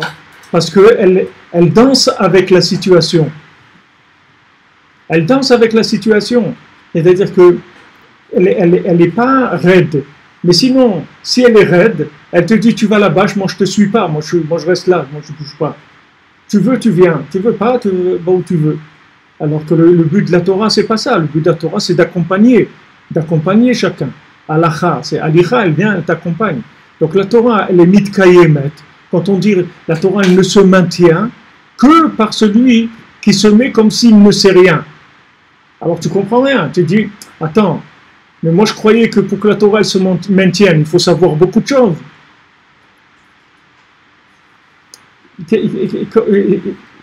Moi je pensais que maintenant, si tu veux vivre la Torah, faire tout ce qu'il faut au contraire que tu connaisses beaucoup de choses. Tu dis non, tu veux que la Torah se maintienne, il faut que quand tu apprends la Torah, après, tu saches que tu n'as rien compris, tu ne sais rien. Quand est-ce que tu vas savoir quelque chose? C'est quand tu vas le vivre. Alors à ce moment-là, tu vas sortir ta connaissance dont tu as besoin. Mais maintenant, savoir pour savoir, non, je ne sais rien. Savoir pour dire je sais ça, non, je ne sais rien. Mais savoir, c'est-à-dire avoir tout un système de connaissances qui sont stockées pour pouvoir après les utiliser quand j'en aurai besoin, ça oui. Mais seulement si tu veux pouvoir les utiliser quand tu en auras besoin, il faut que tu l'ouvres, la connaissance. C'est-à-dire la connaissance que tu as. C'est-à-dire comment tu vas l'ouvrir? Par le fait que tu te considères que tu ne sais rien. Tu as appris des choses, mais tu ne sais rien. Tu ne sais pas. C'est-à-dire que tu n'as rien stocké comme étant une connaissance figée qui est un système de vie par rapport à cette connaissance-là. Tu ne vas pas vivre par rapport à cette connaissance. Tu vas tirer la connaissance par rapport à la vie. Ça n'a rien à voir. C'est deux mondes complètement différents. Ça, c'est avant le Chet d'Adam Arishon et ça, c'est après le Chet d'Adam Arishon. C'est-à-dire que si tu veux vivre comme avant le Chet d'Adam Arishon, il faut que tu inverses le système. Il faut que tu vives et dans ton vécu, tu appliques ta Torah. On va voir ce que tu vas faire. C'est-à-dire tu rentres dans les TP et dans les TP, on va voir ce que tu as compris de la leçon. Pas j'ai appris des choses. Attends, on va rentrer dans les travaux pratiques, on va voir ce que tu as appris. Alors, cette Torah, elle se maintient. Pourquoi elle se maintient? Parce qu'elle ne te lâche pas. Elle ne te lâche pas. Mais si maintenant tu as une Torah de théorique, dès l'âge même si tu as appris la Torah dans ton enfance et tu as fait le maslou, le truc normal, yeshiva ktana, yeshiva gdola, tout ce que tu veux, kollel, tout ce que tu veux. Il y a un moment où il y a un clash. Ça y est, c'est fini. La vie, elle a pris le dessus sur la connaissance. Parce que la connaissance, elle n'était pas vécue. Donc la vie, les gens, ils ont envie de vivre. Donc à un moment, le vécu, il va complètement dominer les nerfs de la connaissance. Tandis que si tu t'habitues à vivre ta Torah tout le temps, que tu ne dépasses pas, si tu veux, en Torah, ton niveau de vécu, que ce que tu essaies d'arranger, c'est le vécu, et tu utilises la Torah pour le vécu, tu ne seras jamais en perte de vitesse. Ta Torah, elle va se maintenir tout le temps. Parce qu'une Torah vivante, elle t'accompagnera tout le temps. Elle ne t'abandonnera jamais, la Torah. Si c'est une Torah vivante. Mais c'est une Torah de théorie, toi-même, tu seras obligé de la jeter. Tu ne pourras pas la garder. Parce qu'elle va t'embêter. Elle va t'embêter, elle va t'empêcher de vivre. Regarde à quoi tu peux arriver, alors que la Torah, elle a été donnée pour vivre. Tu peux arriver au contraire complètement. C'est-à-dire qu'elle va te gêner dans ta vie après. Ça va être un poids, ça va être dur, c'est des trucs, c'est des obligations, c'est des restrictions, ça nous empêche de faire ça, on nous empêche de faire l'autre, on nous empêche de...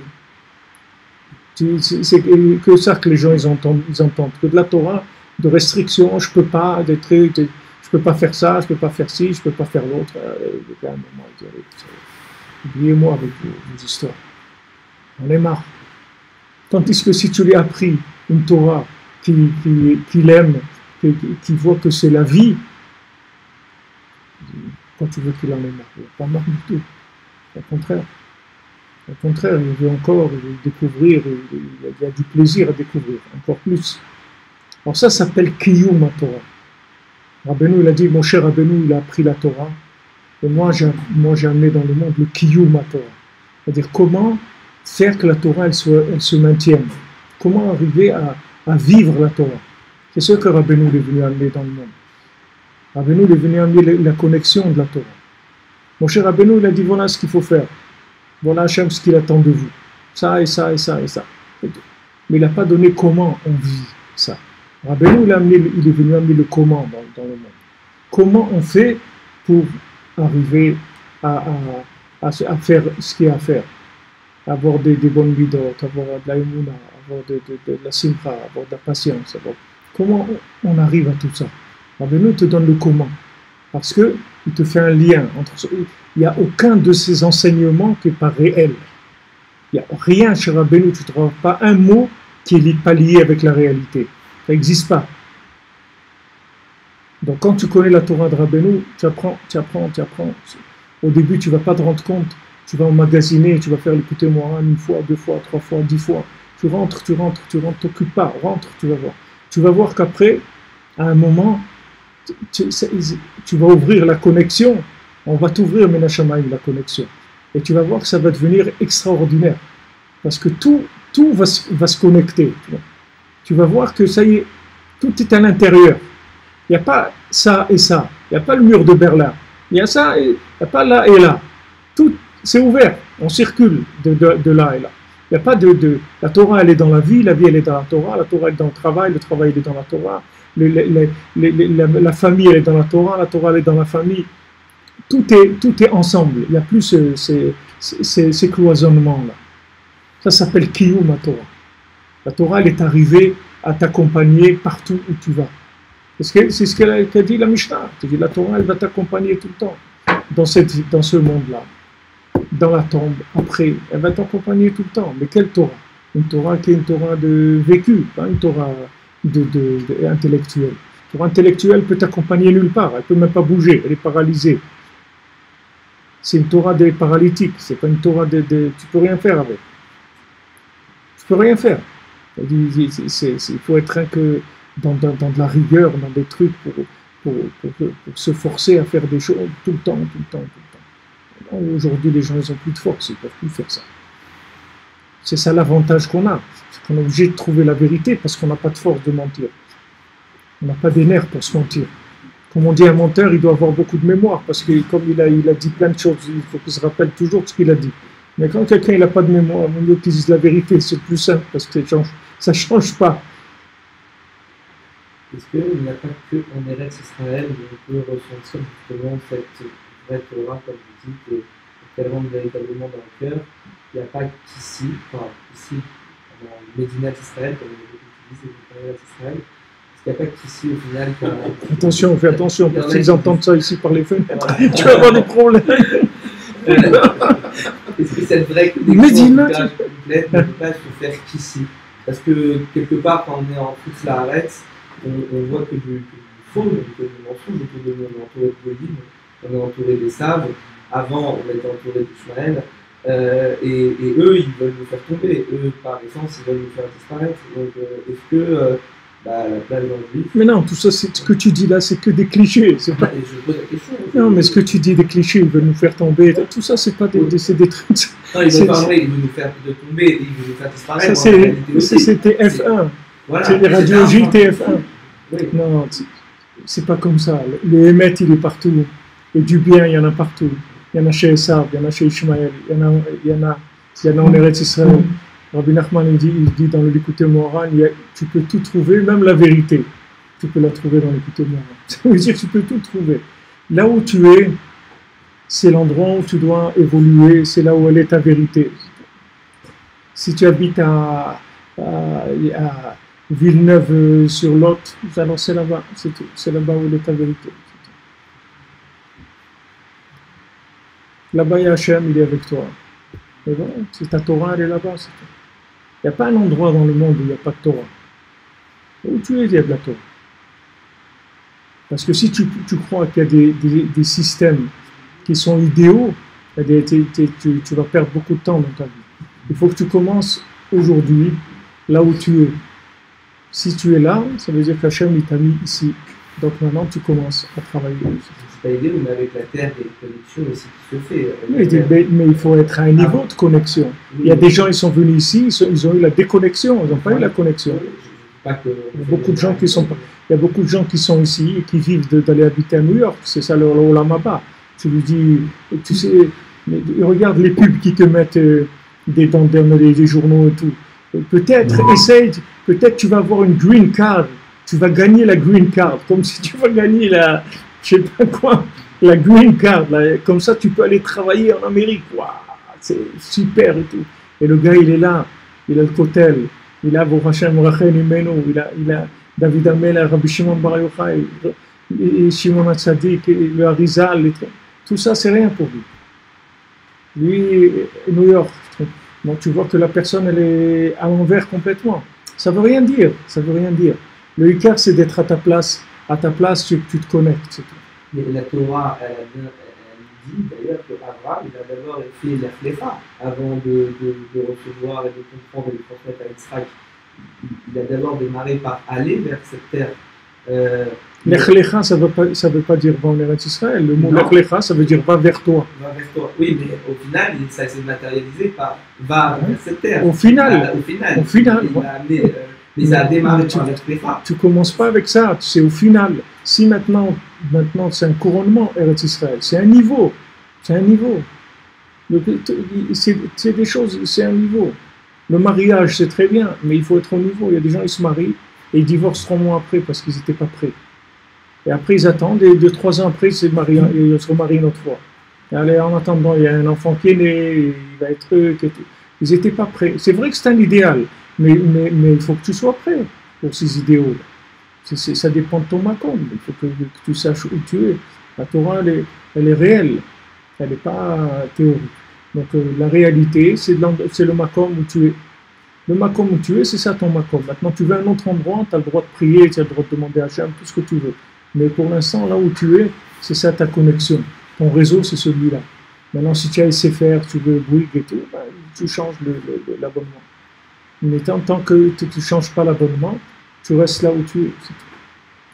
On ne peut pas dire qu'on change d'abonnement entre SFR et Bouygues en parlant de vivre à New York ou vivre en Israël. C'est la même chose, c'est des choix dans la vie. Dans ta tête, c'est un choix. Tu vas switcher sur un autre mode de vie. Ce switch sur un autre mode de vie, il faut qu'il soit adapté à tes récipients, c'est tout. De manière à ce que tu puisses vivre en Eretz Israël, que ce soit Eretz Hachaim. Et la terre d'Israël s'appelle une terre de vie. Donc il faut que tu aies une terre de vie. Il y a des gens qui viennent ici, toute la journée ils sont énervés parce que celui-là il a le klaxonné, celui-là il a pris sa place dans la queue, le truc, le Bitour Leumi lui a fait ça. Ils ne lui ont pas donné les papiers, la patronne ne veut pas le soigner. Quelqu'un m'a dit hier, voilà, il est malade depuis des mois, il a mal au pied et tout. Et ils n'arrivent pas à savoir ce qu'il a.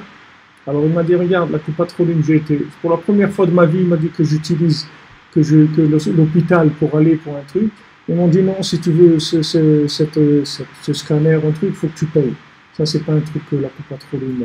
Et le pauvre, il n'a rien du tout. Alors, il dit que c'est quoi ça? Je paye toute ma vie la coupatroline. Maintenant que j'ai besoin, il n'y a pas de truc. C'est comme ça, c'est tout. Alors si tu vois des injustices, des trucs tout le temps, tu vas finir par t'asphyxier. C'est comme la Torah, la même chose. S'il n'y a pas de cœur, tu vas voir beaucoup de problèmes. Mais si tu viens, que ton cœur il est prêt à vivre, tu vas voir que des choses merveilleuses. C'est la même chose.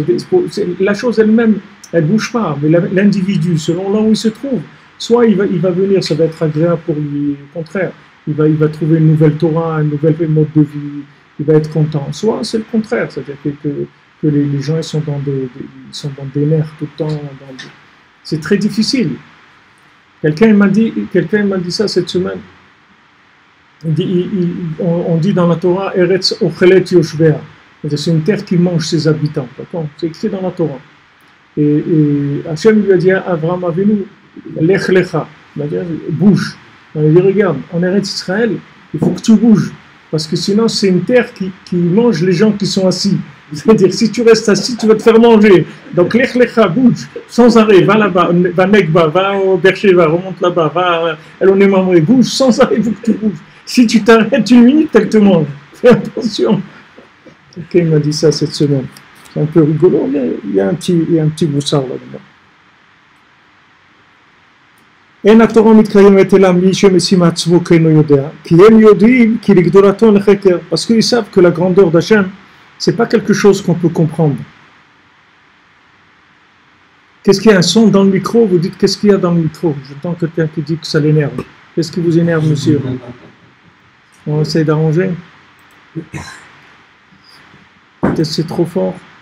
Peut-être le micro il est trop fort. Un peu moins fort, peut-être ce sera mieux.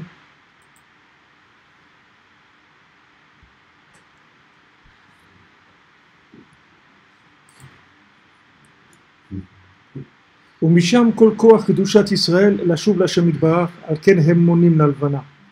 Donc toute la force de la Kedusha du Ham Israël, de la sainteté du Ham Israël pour revenir vers Hachem, elle vient de ça. C'est-à-dire que comment tu vas revenir? Par le fait qu'on va te tracer un chemin, on va te faire ta route. C'est que comme ça que tu peux revenir. Si tu ne trouves pas ta route, tu ne peux pas revenir. Si tu essaies d'employer la route de l'autre, tu ne vas pas revenir. Ce n'est pas ta route.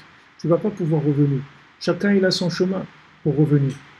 Donc maintenant, la Torah, elle a tous les chemins. Seulement, il faut arriver à ce qu'elle arrive dans la réalité, à te donner l'information par rapport à l'endroit où tu te trouves, comme le GPS, il va te dire, voilà, fais comme ça, fais comme ça. Ils disent qu'ils entendent une soufflerie, c'est ça. Une soufflerie. Non, attendez, je vais essayer de changer.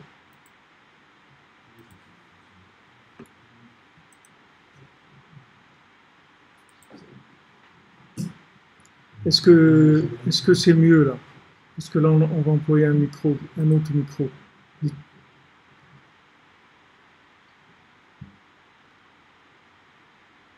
Non, dites-moi si c'est bon. J'ai changé le micro.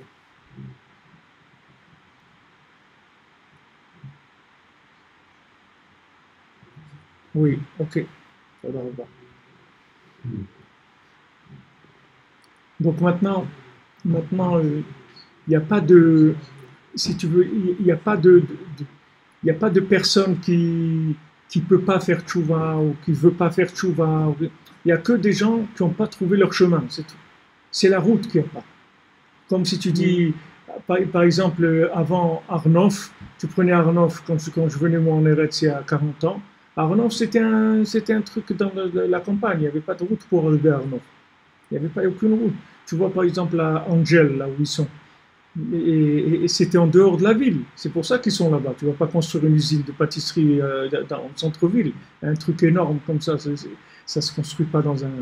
Les gens, ils sentent les trucs toute la journée là-bas, les pâtisseries. C'était complètement en dehors de la ville. Maintenant, c'est en ville. C'est-à-dire que des fois, tu te trouves à un endroit où ils n'ont pas construit les routes encore. Donc, il n'y a pas de communication entre là et là. Donc, chaque individu, son problème, c'est de trouver un chemin qui l'amène à Hachem, c'est tout. De trouver le lien entre Hachem et lui, c'est tout ce qui lui manque. Donc, c'est pour ça qu'on compte, nous, la Levana. Parce que ce qui nous intéresse, c'est que tu nous traces un chemin entre l'endroit où on se trouve et Hachem. C'est ça qui m'intéresse. Donne-moi mon chemin. Show me my way. Montre-moi mon chemin. Comment je trouve ma route entre moi et Hachem? C'est ça que je veux. Tu me racontes des discours, la Torah, ça, ok. Mon chemin, c'est quoi? Comment je crée un lien entre moi et Hachem? Comment je trouve ma place chez Hachem? C'est ça que je cherche. Alors c'est pour ça qu'on travaille sur la Lune. Parce que c'est ça qui nous intéresse. C'est le sujet lunaire. C'est quoi? Je ne comprends pas. GPS? C'est le GPS. Ouais. La Lune, c'est le GPS. Ouais. C'est ce qui te donne les informations. C'est la Torah, quand elle est traduite, alors elle donne les indications. Alors, elle te crée un lien. Un lien où tu te sens bien, tu te sens bien, tu te sens aimé par Hachem, tu te sens que tu aimes Hachem, tu sens que Hachem il t'aime, tu te sens bien, tu es bien. Pas un truc où tu te sens toujours en porte-à-faux, toujours avec une conscience que tu es tordu et que c'est pas comme ça, et c'est pas comme si. Tu es bien, c'est tout. Tu as trouvé un dénominateur commun, tu as trouvé un diapason, comment être avec Hachem, tu es bien. Ça, c'est la recherche des tzadikim, sans arrêt, c'est ce qu'ils font. Mais ce qui est intéressant de savoir, c'est que la méthode qu'ils utilisent, c'est ça. C'est le bitoul de la yedia, c'est-à-dire le fait qu'ils annulent la connaissance. C'est très intéressant de savoir ça. C'est-à-dire que ce n'est pas la connaissance en tant que connaissance stockée, c'est la connaissance en tant qu'exploitation de la connaissance à l'état pur. Tu vois, une connaissance qu'on n'a pas attendu l'appel de la réalité pour la sortir. On la fait tourner sur elle-même, tu vois. Et ça vaut rien. Ça, c'est le serpent. Ça, c'est Mamash le Nachash. C'est la Torah du serpent. La Torah du serpent, c'est ça. C'est-à-dire, ça tourne sur soi-même. C'est bugué sans arrêt. Ça tourne. Il n'y a rien. Alors, si tu veux rentrer, tu rentres dans ce bug-là, avec tout le monde, et tu tournes avec eux. Mais il faut que tu aies la force. Il faut que tu aies la force de faire ça. C'est pas évident. C'est pas évident. Du tout. Il y a des gens, ils ont envie je sais pas, ils ont envie de planter des coquelicots sur leur balcon, des trucs. Il y a des trucs qu'ils ont envie de faire. Ils ont le droit de vivre. Ils ont le droit de vivre. Non, il faut que ce soit tout comme ça ou comme ça. C'est pas sérieux. Avalakum rotzim rak ledar miyad hakol. Tu vois, regarde, maintenant, Rabbi Nathan, vous allez voir ce qu'on a dit, parce que je vous ai fait plein de sivouris, maintenant vous allez voir dans les mots comment Rabbi Nathan dit ça. Avalakum rotzim rak ledar miyad hakol. Al pi chokhma vesechel kipshuto. Bli emuna besodot Torah. C'est-à-dire que maintenant, les idolâtres, eux, ils veulent savoir tout de suite. Al-pi chokhma. Non, rien que al-pi chokhma. C'est-à-dire, je le veux sous forme de connaissance, c'est tout. Je veux tout sous forme de connaissance et immédiatement. Il y a les deux.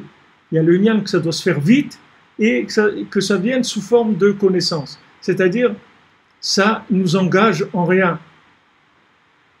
Pas d'engagement. On ne veut pas d'engagement. On veut apprendre, c'est tout. On va dans un Kabbalah Center, on apprend de la Kabbalah et tout. Mais bon, il y en a, ça ne nous engage en rien. Mais attends, mais la Kabbalah, ça n'a pas été fait pour des gens qui ne sont pas engagés. On n'a pas donné la Kabbalah pour des gens. Non, il veut savoir tout de suite, miyad hakol. Tout, pas encore un peu, tout. Il faut que tu lui apprennes tout de suite, mais al-pi chokhma, c'est-à-dire que théoriquement, c'est-à-dire sans aucun engagement. Je ne signe pas. Comme les trucs te disent, venez pour un rendez-vous gratuit, sans engagement, écoutez, les trucs, il n'y a pas de problème. Alors c'est ce qu'il veut. Il te dit, apprends-moi, mais je ne m'engage pas. Mais je suis intéressé. Pour savoir, je suis intéressé. Mais m'engager, je ne suis pas intéressé. Mais nous, on dit le contraire, on a assez vénichement. Nous, on n'est pas intéressé par savoir des choses. Nous sommes intéressés à savoir des choses qui nous sont utiles. De stocker des trucs qui ne servent à rien, nous, ça ne nous intéresse pas. Parce qu'ils vont d'après le système solaire. Bli emuna besodot Torah. Sans la emuna dans les sodot Torah, c'est-à-dire sans la foi dans les secrets de la Torah. Les foi dans les secrets de la Torah, ça veut dire que tu as la foi que dans tout, il y a de la Torah. C'est-à-dire, il y a des secrets de Torah dans chaque chose. Chaque individu, c'est un secret de Torah. Chaque situation, si tu vas au marché, quand tu fais ton marché, tu pries que Hachem il te donne le srout, que tu choisisses les bonnes choses, les Shabbat, que ce soit tout de la nourriture qui soit connectée, connectable, qui soit bien, qui soit adaptée à ta neshama. Tout, parce que tu as Emouna dans les secrets de la Torah. C'est-à-dire, tu sais que derrière tous ces vêtements-là de ce monde, il y a des énergies spirituelles, il y a des vies spirituelles derrière tout ça. Tu sais qu'il y a des âmes dans chaque chose. Tu sais que quand tu manges quelque chose, il y a une âme dedans. C'est pas un morceau de truc que tu manges, c'est pas un morceau de terre que tu manges. Il y a une âme dans un fruit, dans un légume, dans un poisson, dans un poulet, dans n'importe quoi. Il y a une âme vivante dedans. Et quand tu vas te nourrir, tu vas t'alimenter spirituellement avec l'âme qu'il y a dans la chose. Mais ça, il faut que tu aies Mouna dans les Sodot Torah, tu ne vas pas le voir comme ça. Si un jour tu as le mérite de le voir, tu as travaillé beaucoup, il faut que tu travailles beaucoup pour voir ça. C'est pas évident. Comme ce qu'il a demandé monsieur tout à l'heure. Il y avait un rave qui est monté en Eretz Israël. Et il y avait une fois un rave d'Eretz Israël qui était allé lui parler, c'est-à-dire qui était de passage, il lui avait parlé d'Eretz Israël et il lui a dit, en Eretz Israël, toutes les pierres, c'est des diamants. Alors ce rave-là, il est monté en Eretz Israël. Alors un jour, il a rencontré le rave qui lui avait dit ça. Il lui a dit, écoutez, tout ce que vous m'avez dit sur Eretz Israël, c'est vrai. Mais que les pierres, des cailloux de la rue, c'est des diamants, ça, j'ai pas vu. Alors il lui a dit, si tu as le mérite, un jour, tu verras. Alors il a compris que ça dépendait de lui. Alors il a jeûné, il a travaillé sur lui. Et après, il a dit, Béhémet, il a vu que toutes les pierres d'Eretz Israël, c'est des diamants mamash. Mamash, c'est pas virtuel. Que les pierres, c'est des diamants, mamash. Les gens avant, quand ils venaient de Chutz La'aretz, ils emmenaient de la terre d'Eretz Israël pour quand ils les enterrent, ils mettent un petit peu de, ils leur mettent un peu de terre d'Eretz Israël. Même en Oman, il y a beaucoup de Breslevers qui faisaient ça. Quand ils venaient en Eretz Israël, ils amenaient de la terre avec eux. Quand ils les enterraient, ils voulaient qu'il y ait de la terre d'Eretz Israël. C'est des diamants, les pierres d'Eretz Israël. Mais tu ne peux pas le voir. Pour le voir, il faut que tu nettoies pas les lunettes solaires, mais les lunettes lunaires. C'est intéressant que dans les lunettes, il y a la lune. Il y a des lunettes, pas des lunettes de soleil, les lunettes de lune. C'est celles-là qu'il faut nettoyer. Ce pas les Ray-Ban, c'est les lunettes de lune. C'est pour ça qu'ils comptent le soleil. Parce que le soleil, c'est la Torah écrite. Aval behemet, gam ba Torah shebirtav, en yodim klal. Et il dit, voilà, et il dit, non, mais behemet, si on avance un petit peu, tu vas voir que même de la Torah écrite, tu sais rien du tout. Tu sais rien, parce que même ce qui est écrit dans la Torah écrite, bichlal, tu comprends rien du tout. C'est-à-dire, tu crois que tu as appris des choses, tu n'as appris que des trucs qui n'existent pas. C'est-à-dire, tu ne sais pas ce qui est écrit, behemet. Mikol sheken, shen mekaimim davar mimena klal. Il dit, il y a plus forte raison qu'ils n'appliquent rien de ce qu'il y a dans la Torah. Au moins, applique quelque chose. Ok, tu n'as pas la Torah orale, mais dans la Torah écrite déjà, il y a plein de choses que la Torah elle te dit. Au moins, fais ça. Non, pas d'engagement. Candidat libre. Fais ce qu'on veut. Qui en shlemut la Torah shebirtav, qui m'a l'idée Torah sheba'alpeh, parce que la Torah écrite, elle n'a de perfection, c'est-à-dire elle devient parfaite quand elle a la Torah orale. Prinat emunat chachamim, que la Torah orale, c'est la foi dans les sages. Prinat ribouy asfarim akdoshim, que la multiplication, la multitude des livres saints. Alors, chafalef alken gam gdulat hachama shititgadel le'atid, yirek al yede gdulat halevana shititgadel al yede sheyashuvu Israël Hashem yitbarach. Maintenant, c'est pour ça que même dans le futur, toute la grandeur de la lune, du soleil qui va grandir, c'est uniquement par le fait qu'il a fait grandir la lune. Parce que si le soleil, il est resté le roi soleil, ça ne sert à rien. Il faut que la lune, il arrive à ce que la lune, elle soit plus grande que le soleil, que lui. Il faut qu'il arrive à envoyer une lumière sur la lune, que cette lumière-là, elle devienne plus forte que la lumière du soleil. Et à ce moment-là, c'est ça sa perfection. Comme dans une maison. Il faut que tu arrives à ce que ta femme elle soit joyeuse, que ta femme elle arrive à une émouna, un attachement à Hachem plus grand que toi, avec la Torah que tu vas lui enseigner. À ce moment-là, ça s'appelle que tu as fait quelque chose. À ce moment-là, ta Torah a une valeur. Ça veut dire que tu as compris quelque chose. C'est-à-dire que tu as une connaissance, une science adaptée. Tu as une science pratique. C'est-à-dire que tu sais exactement comment arriver à faire démarrer les gens, à les chauffer, à leur donner des trucs, des informations, des moyens, des outils pour avancer. Donc chacun, il a cette épreuve-là. Il le vit. On le vit au niveau général, mais on le vit au niveau individuel aussi. C'est notre nisayon dans notre vie. C'est le nisayon dans notre vie. C'est l'épreuve de chacun, c'est ça. C'est s'il arrive à éclairer le côté lunaire avec ce qu'il a appris. Mais ce qu'il a appris, c'est qu'il n'arrive pas à éclairer le côté lunaire, alors il faut qu'il fasse chouva, c'est-à-dire qu'il faut qu'il cherche un chemin. Il n'a pas trouvé le chemin de la Torah encore.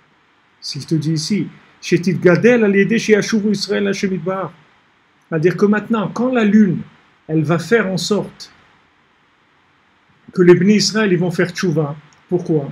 Parce qu'elle va fournir des informations à tout le monde. Avant, au début, le GPS, il couvrait certains pays, certaines villes, certains trucs, etc. Maintenant, il couvre tout le monde. C'est-à-dire, avant, en Ukraine, il n'y avait pas de GPS. Il y a, je sais pas, 5 ans. Maintenant, il y a partout. Alors, quand la Lune, elle va couvrir toute l'humanité, c'est-à-dire qu'elle va arriver à fournir des conseils, des méthodes à toute l'humanité pour se rapprocher d'Hachem, c'est ça qui va la faire grandir.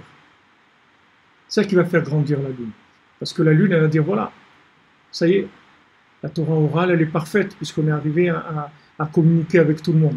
Donc ça y est, et alors maintenant, de ça, le soleil, il va voir ça, il va recevoir son prix, que comme quoi il a bien travaillé. Parce qu'il est arrivé à transmettre à la Lune, et la Lune, la preuve, c'est qu'elle est arrivée à faire tchouva. Quand tu viens chez quelqu'un, tu viens chez un rav, tu dis, voilà, fais-moi faire tchouva. Voilà, moi je veux faire tchouva. Voilà mes problèmes, ça et ça, fais-moi faire tchouva. Tu vas voir que la plupart des gens, ils vont te dire, bon, il faut que tu t'arranges, il faut que tu... C'est rigolo, tu te plies de rire. C'est quand tu vas chez un docteur, il te dit, il ne faut pas que tu sois malade. D'accord, merci. C'est tout, vous avez rien, non, c'est pas bien d'être malade, monsieur. Il ne faut pas, pourquoi vous êtes malade? C'est pas bien. Allez, arrange ça, vite. C'est ça qu'ils te disent les gens, c'est la même chose. Il y a de quoi se plier de rire, c'est pas... Il faut, quand maintenant la Lune, elle a prouvé son efficacité par le fait que les gens ont fait tchouva, alors là c'est bon. La Lune, elle est arrivée à sa perfection. Donc ça veut dire que le Soleil, il a bien travaillé. Donc il recevra les retours d'après la Lune, d'après les résultats de la tchouva.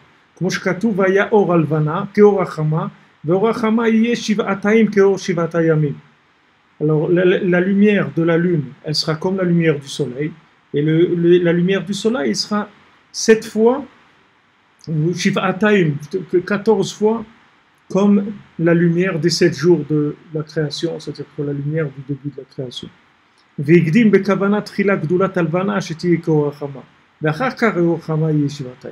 Donc on voit que le passage qu'il a fait, il a amené de façon intentionnelle. D'abord, il a parlé de la Lune, et après, il a parlé du Soleil. Comme on dit, Eshet Cha'il, Ateret Ba'ala. C'est-à-dire d'où ça vient la couronne du mari. C'est-à-dire comment le mari rentre dans Keter. Keter, c'est au-dessus de Chokhmah. C'est-à-dire Keter, ce sont des connaissances qui sont pas dans ce monde. C'est-à-dire ce sont des connaissances qui sont entre l'autre monde et celui-là. Donc, quand maintenant, Eshet Cha'il, c'est Ateret Ba'ala, c'est-à-dire que quand quelqu'un a une femme virtueuse, cette femme-là, elle est la couronne de son mari, c'est-à-dire qu'elle est dans les plus grandes asagotes de son mari. C'est-à-dire là où le mari, il a des asagotes, c'est-à-dire qu'il comprend des choses dans des zones qui sont entre ce monde et l'autre, c'est là-bas l'endroit de son épouse. Elle arrive dans cet endroit-là. C'est l'endroit le plus haut. C'est comme on dit maintenant. C'est-à-dire la Lune, on commence par la Lune, que maintenant la Lune, elle va éclairer comme le Soleil, et de ça, le Soleil, il aura 14 fois la lumière qu'il avait au début. Parce que pourquoi il a grandi le Soleil? Parce que la Lune, ça a marché. Il est arrivé à transmettre à la Lune. Mais s'il ne transmet pas à la Lune, il va rester comme il est, il ne va pas bouger. Et même à la fin, il finira par s'éteindre. C'est Chas v'Shalom, si ça ne marche pas. Si ça ne marche pas, tu vois un mari, s'il n'est pas arrivé à transmettre à sa femme, alors à la fin, il va s'éteindre, le bonhomme. Dans le process, ça commence par Hama, ensuite ça va à Libana, ensuite Libana à côté de Hama. Donc en vrai, moi j'avais cru qu'il y avait en fait d'abord Libana, quand on était dans 4, là, je crois que c'était d'abord, bizarrement, je crois que c'est d'abord Libana, et ensuite Hama. Oui, c'est d'abord Libana, parce qu'on parle de formules de réparation, de tikkun, c'est-à-dire de perfection. Donc on s'occupe d'abord de l'Evana. C'est ça qui nous intéresse. Bien que la lumière de la Levana, elle vienne du soleil, mais on n'en parle même pas. Le soleil, on reviendra vers lui après. Mais pas, il ne nous intéresse pas. Parce qu'il ne sert à rien. S'il n'y a pas de lune, il ne sert à rien le soleil. Rien. C'est ce qu'il te dit. Aval behemet, gamba Torah shebirtav enodim klal. Tu comprends? Même la Torah écrite, ils ne savent rien du tout, les idolâtres. Mais si le soleil c'était quelque chose, alors voilà, tu as la Torah écrite. Vas-y, comme il dit, fais quelque chose avec. Je te dis, il y a des choses dans la Torah qui sont claires. Honore tes parents, ne vole pas, alors fais ce qui est écrit là-bas déjà. Non, ils ne font rien. Donc tu vois qu'il n'y a pas de soleil. Le soleil n'existe pas. Le soleil va commencer à exister quand tu vas le voir dans la lune et que la lune, elle va donner les conseils pratiques au monde. À ce moment-là, on découvrira son existence du soleil et il recevra une lumière beaucoup plus grande. Mais sa lumière, pour l'instant, c'est une lumière qui est théorique. Elle peut exister ou ne pas exister. Tout dépend de l'examen de la lune. Si maintenant on voit que la lune, elle a avancé, c'est-à-dire qu'elle est arrivée à donner des conseils qui sont des chemins pour revenir vers Hachem, à ce moment-là, le soleil, il a fait du bon boulot, donc il revient. C'est pour ça que je te dis qu'on commence par la lune. Parce que tu dis, voilà, il te dit ici. Pour ça que c'est Bekavana qui commence avec la grandeur de la lune. Tu vois bien qu'on commence par la grandeur de la lune. C'est comme ça que ça doit être. On parle de la lune parce que nous, on est dans le monde ici lunaire. Notre monde, il est lunaire. Nous, on a un calendrier lunaire. Notre temps, il est lunaire. Il n'est pas solaire.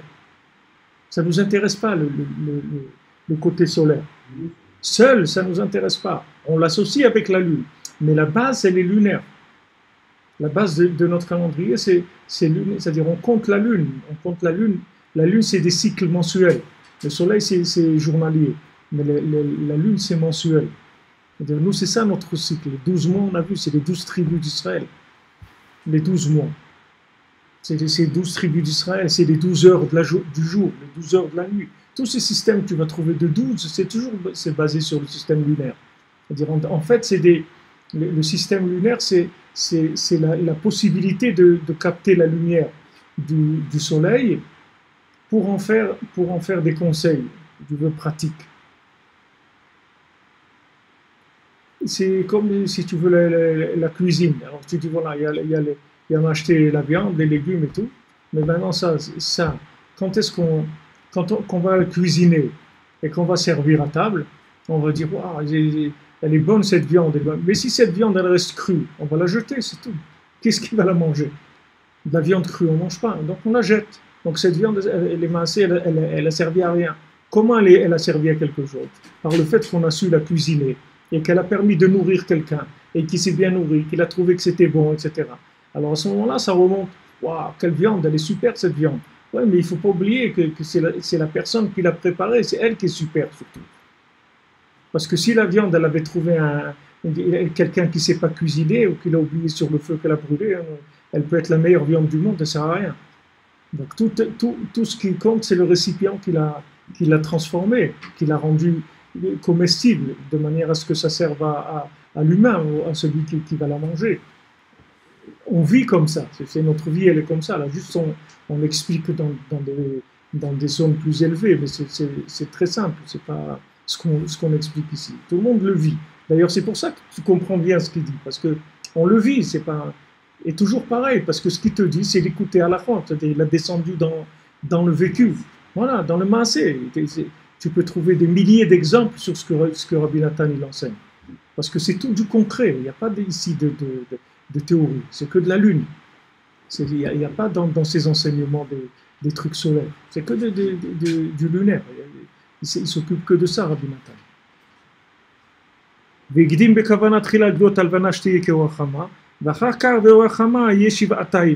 Après la lumière du soleil, il sera donc 14 fois plus grand.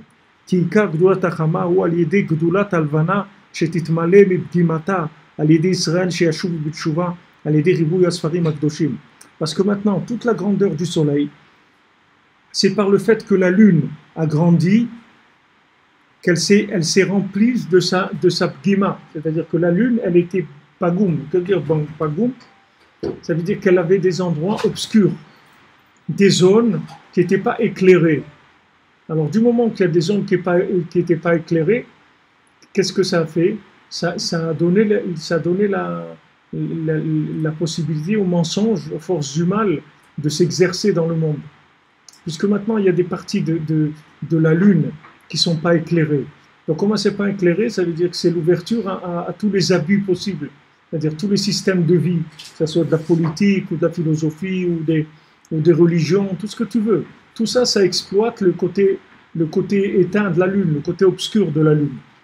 Donc maintenant, quand le Soleil va arriver à complètement éclairer la Lune, c'est-à-dire qu'il n'y aura plus aucun domaine dans le monde, aucun endroit, aucune pensée, aucune parole, aucune action qui ne soit pas connectée avec Hachem, alors à ce moment-là, le mensonge il va tomber de lui-même, le mal il va disparaître complètement, c'est fini, il n'aura plus sur quoi s'accrocher.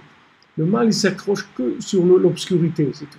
Donc quand on parle de remplir le gamme de la Levana, c'est-à-dire que la Levana elle est tirée dans les deux sens, si tu veux. La Levana, la lune, elle peut donner de la lumière ou elle peut donner de l'obscurité, c'est comme tu veux. C'est-à-dire, si maintenant c'est la pleine lune, alors elle va donner de la lumière. Mais si elle est au début ou en fin de parcours, alors elle va être obscure. Maintenant, quand elle est obscure, ça donne la possibilité à toutes sortes d'interprétations de la vie.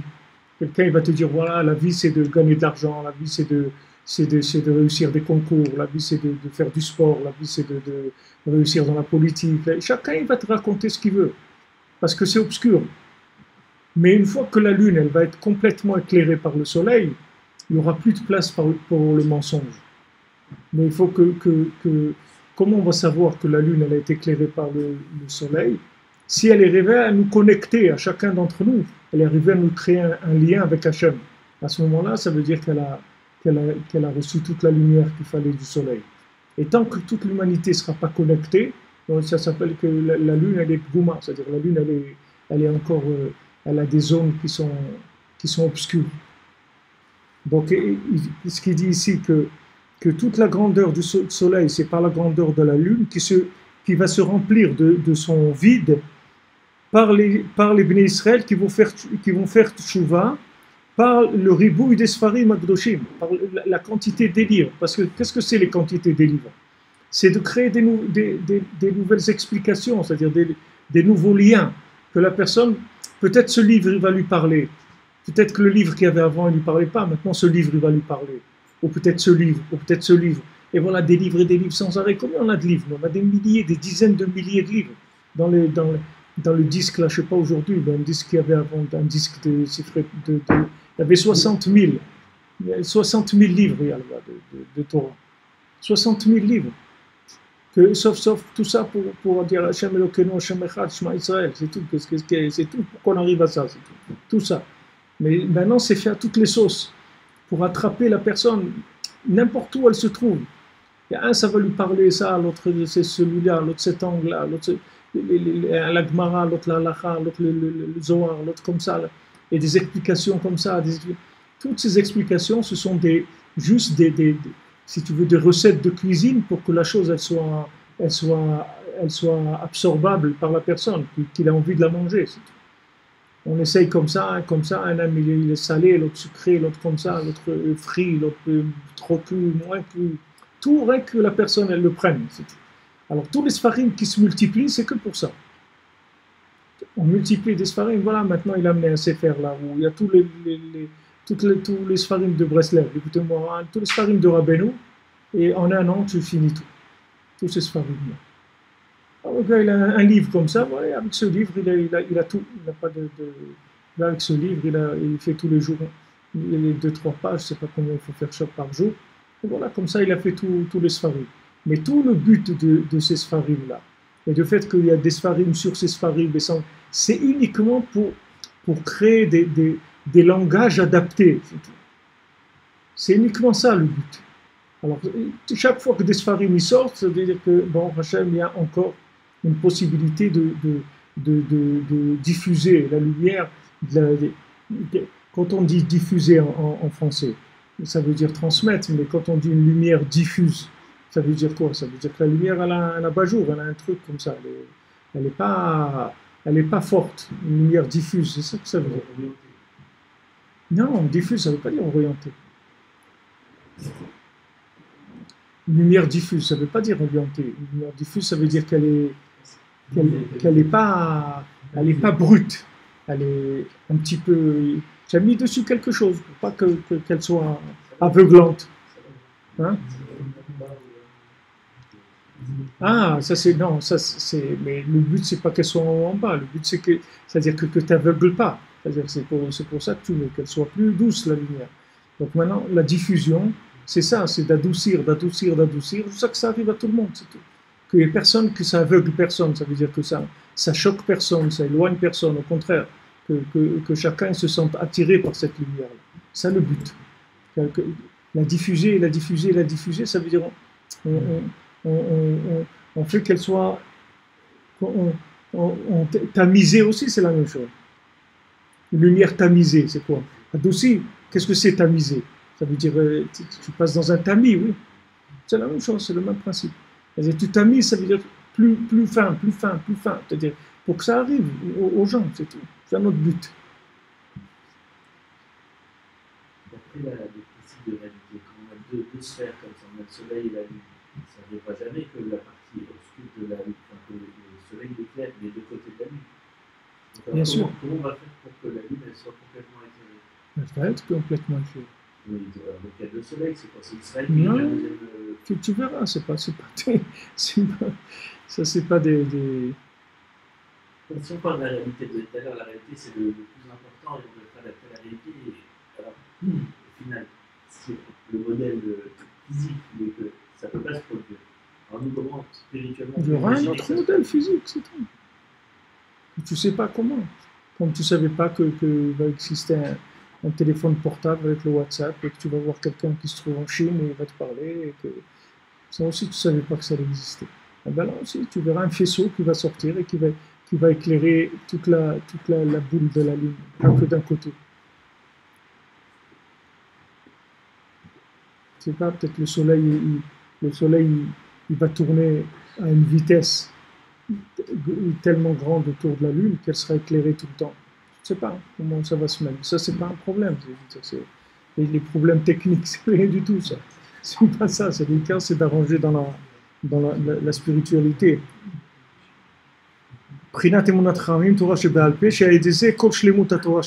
Donc, c'est que de cette façon que la Torah écrite, elle deviendra parfaite. Parce qu'elle aura tellement été expliquée que ça y est, les gens ils vont la comprendre. Enfin, cette Torah écrite.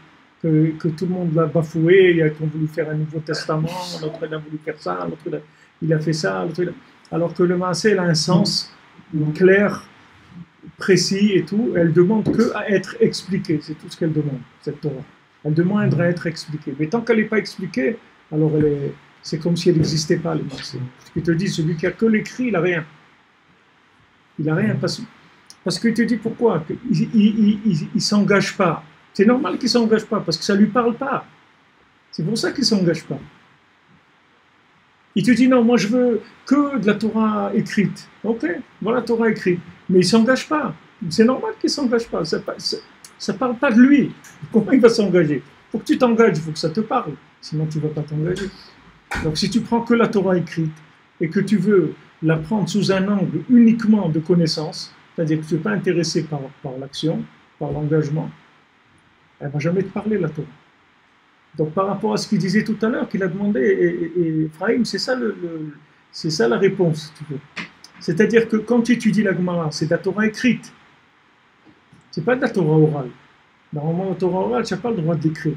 Et comme ils ont vu que ça s'oubliait, alors ils ont dit, tant pis, on va écrire la Torah orale. Mais quand ils ont écrit la Torah orale, elle est devenue écrite. Parce que pourquoi elle s'oubliait? Parce que c'était la mise à jour qu'on n'arrivait plus à faire. C'est pour ça qu'elle s'oubliait. Donc tu as voulu réparer le truc, tu l'as pas réparé, les mains. Tu as écrit la Torah orale d'une époque, mais c'est pas la Torah d'aujourd'hui. Mais si on a fait ça, ça veut dire qu'il y a des moyens pour traduire ça en langage d'aujourd'hui. Mais il faut une adaptation. Et quand ils ont vu que le système général de traduction de la Torah écrite en oral était en train de disparaître, puisqu'il n'y avait plus de mise à jour. Impossible de faire. Ils ont dit stop, on arrête tout, on écrit la Torah orale. Mais cette Torah orale, c'est de l'époque, c'est pas de maintenant. Seulement, ils ont donné des clés pour que tu puisses tout le temps, avec ça, la renouveler et créer des nouvelles mises à jour avec cette base de données. Tu n'as pas besoin d'autre chose. Tu as tout dans cette base de données. À partir de ça, il va y avoir des livres et des livres et des livres, et ces livres-là, ils vont emmener des conseils à chacun, comment il va se rapprocher d'Hachem. Donc tu vois, ce qu'il a demandé tout à l'heure, c'est ça, c'est-à-dire comment je trouve dans la Gemara un lien avec la réalité. Alors sache que la Gemara, c'est du Ruach HaKodesh, et que la Gemara, elle a été écrite, c'est une Torah orale qui a été transformée à l'écrit, mais pour te donner une possibilité d'interpréter la vie par rapport à ce qui est écrit. Mais pour ça, il faut que tu aies une approche lunaire de la Gemara, pas solaire. Bien qu'elle a une apparence solaire, puisque quand tu viens vers un texte, normalement le texte il a l'air figé dans un certain contexte, etc. Mais tu vois bien comment on étudie, tu vois que le texte, tu peux l'emmener, il s'ouvre dans tout, sans limite. Il n'a pas de limite. Seulement, il y a une approche à avoir par rapport au texte. L'approche par rapport au texte, c'est Emunat Chachamim. Quand tu as Emunat Chachamim, ça t'ouvre, ça te rend le texte vivant. Et Emunat Chachamim de la Tfila va faire dans le prier, ou Emunat Chachamim des Talmudim qui sont cités en permanence dans la Torah. Tout ce qui est Emunat, tout ce qui est approche de foi, tout, que ce soit la foi dans ceux qui ont écrit le texte, la foi dans Hachem, la foi dans le tzaddik de la génération, la foi, c'est-à-dire de fonctionner par un système de connexion. La foi, ça veut dire j'ai confiance en, ça veut dire je me connecte à. C'est ce que ça veut dire la foi. La foi, je me connecte à quelque chose, à une dimension. Si tu cherches à vivre ce que tu étudies, c'est-à-dire si tu veux connecter ta vie à Hachem, et le but de ta Torah, c'est que tu apprends des choses pour te connecter à Hachem, à ce moment-là, tu vas voir que le texte, il va te parler. Mais si maintenant, tu fais comme ceux qui font de la Avodah Zara, c'est-à-dire que tu veux apprendre des choses pour savoir des choses, alors tu verras à la fin, tu ne sauras rien du tout. Parce que tu vas te trouver avec une tonne de connaissances, et quand tu vas avoir une épreuve dans ta vie, tu n'as pas de force pour réagir, tu ne sais pas ce qu'il faut faire. Parce qu'il n'y a aucun lien, tu n'as fait aucun lien.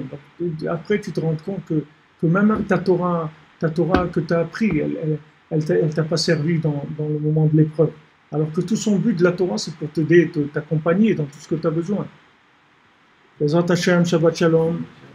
Merci pour votre présence, votre écoute. Et voilà, Bezrat Hashem, on se retrouve en antenne. Bezrat Hashem, Yeshuato, dimanche. On continue dans notre Torah 51.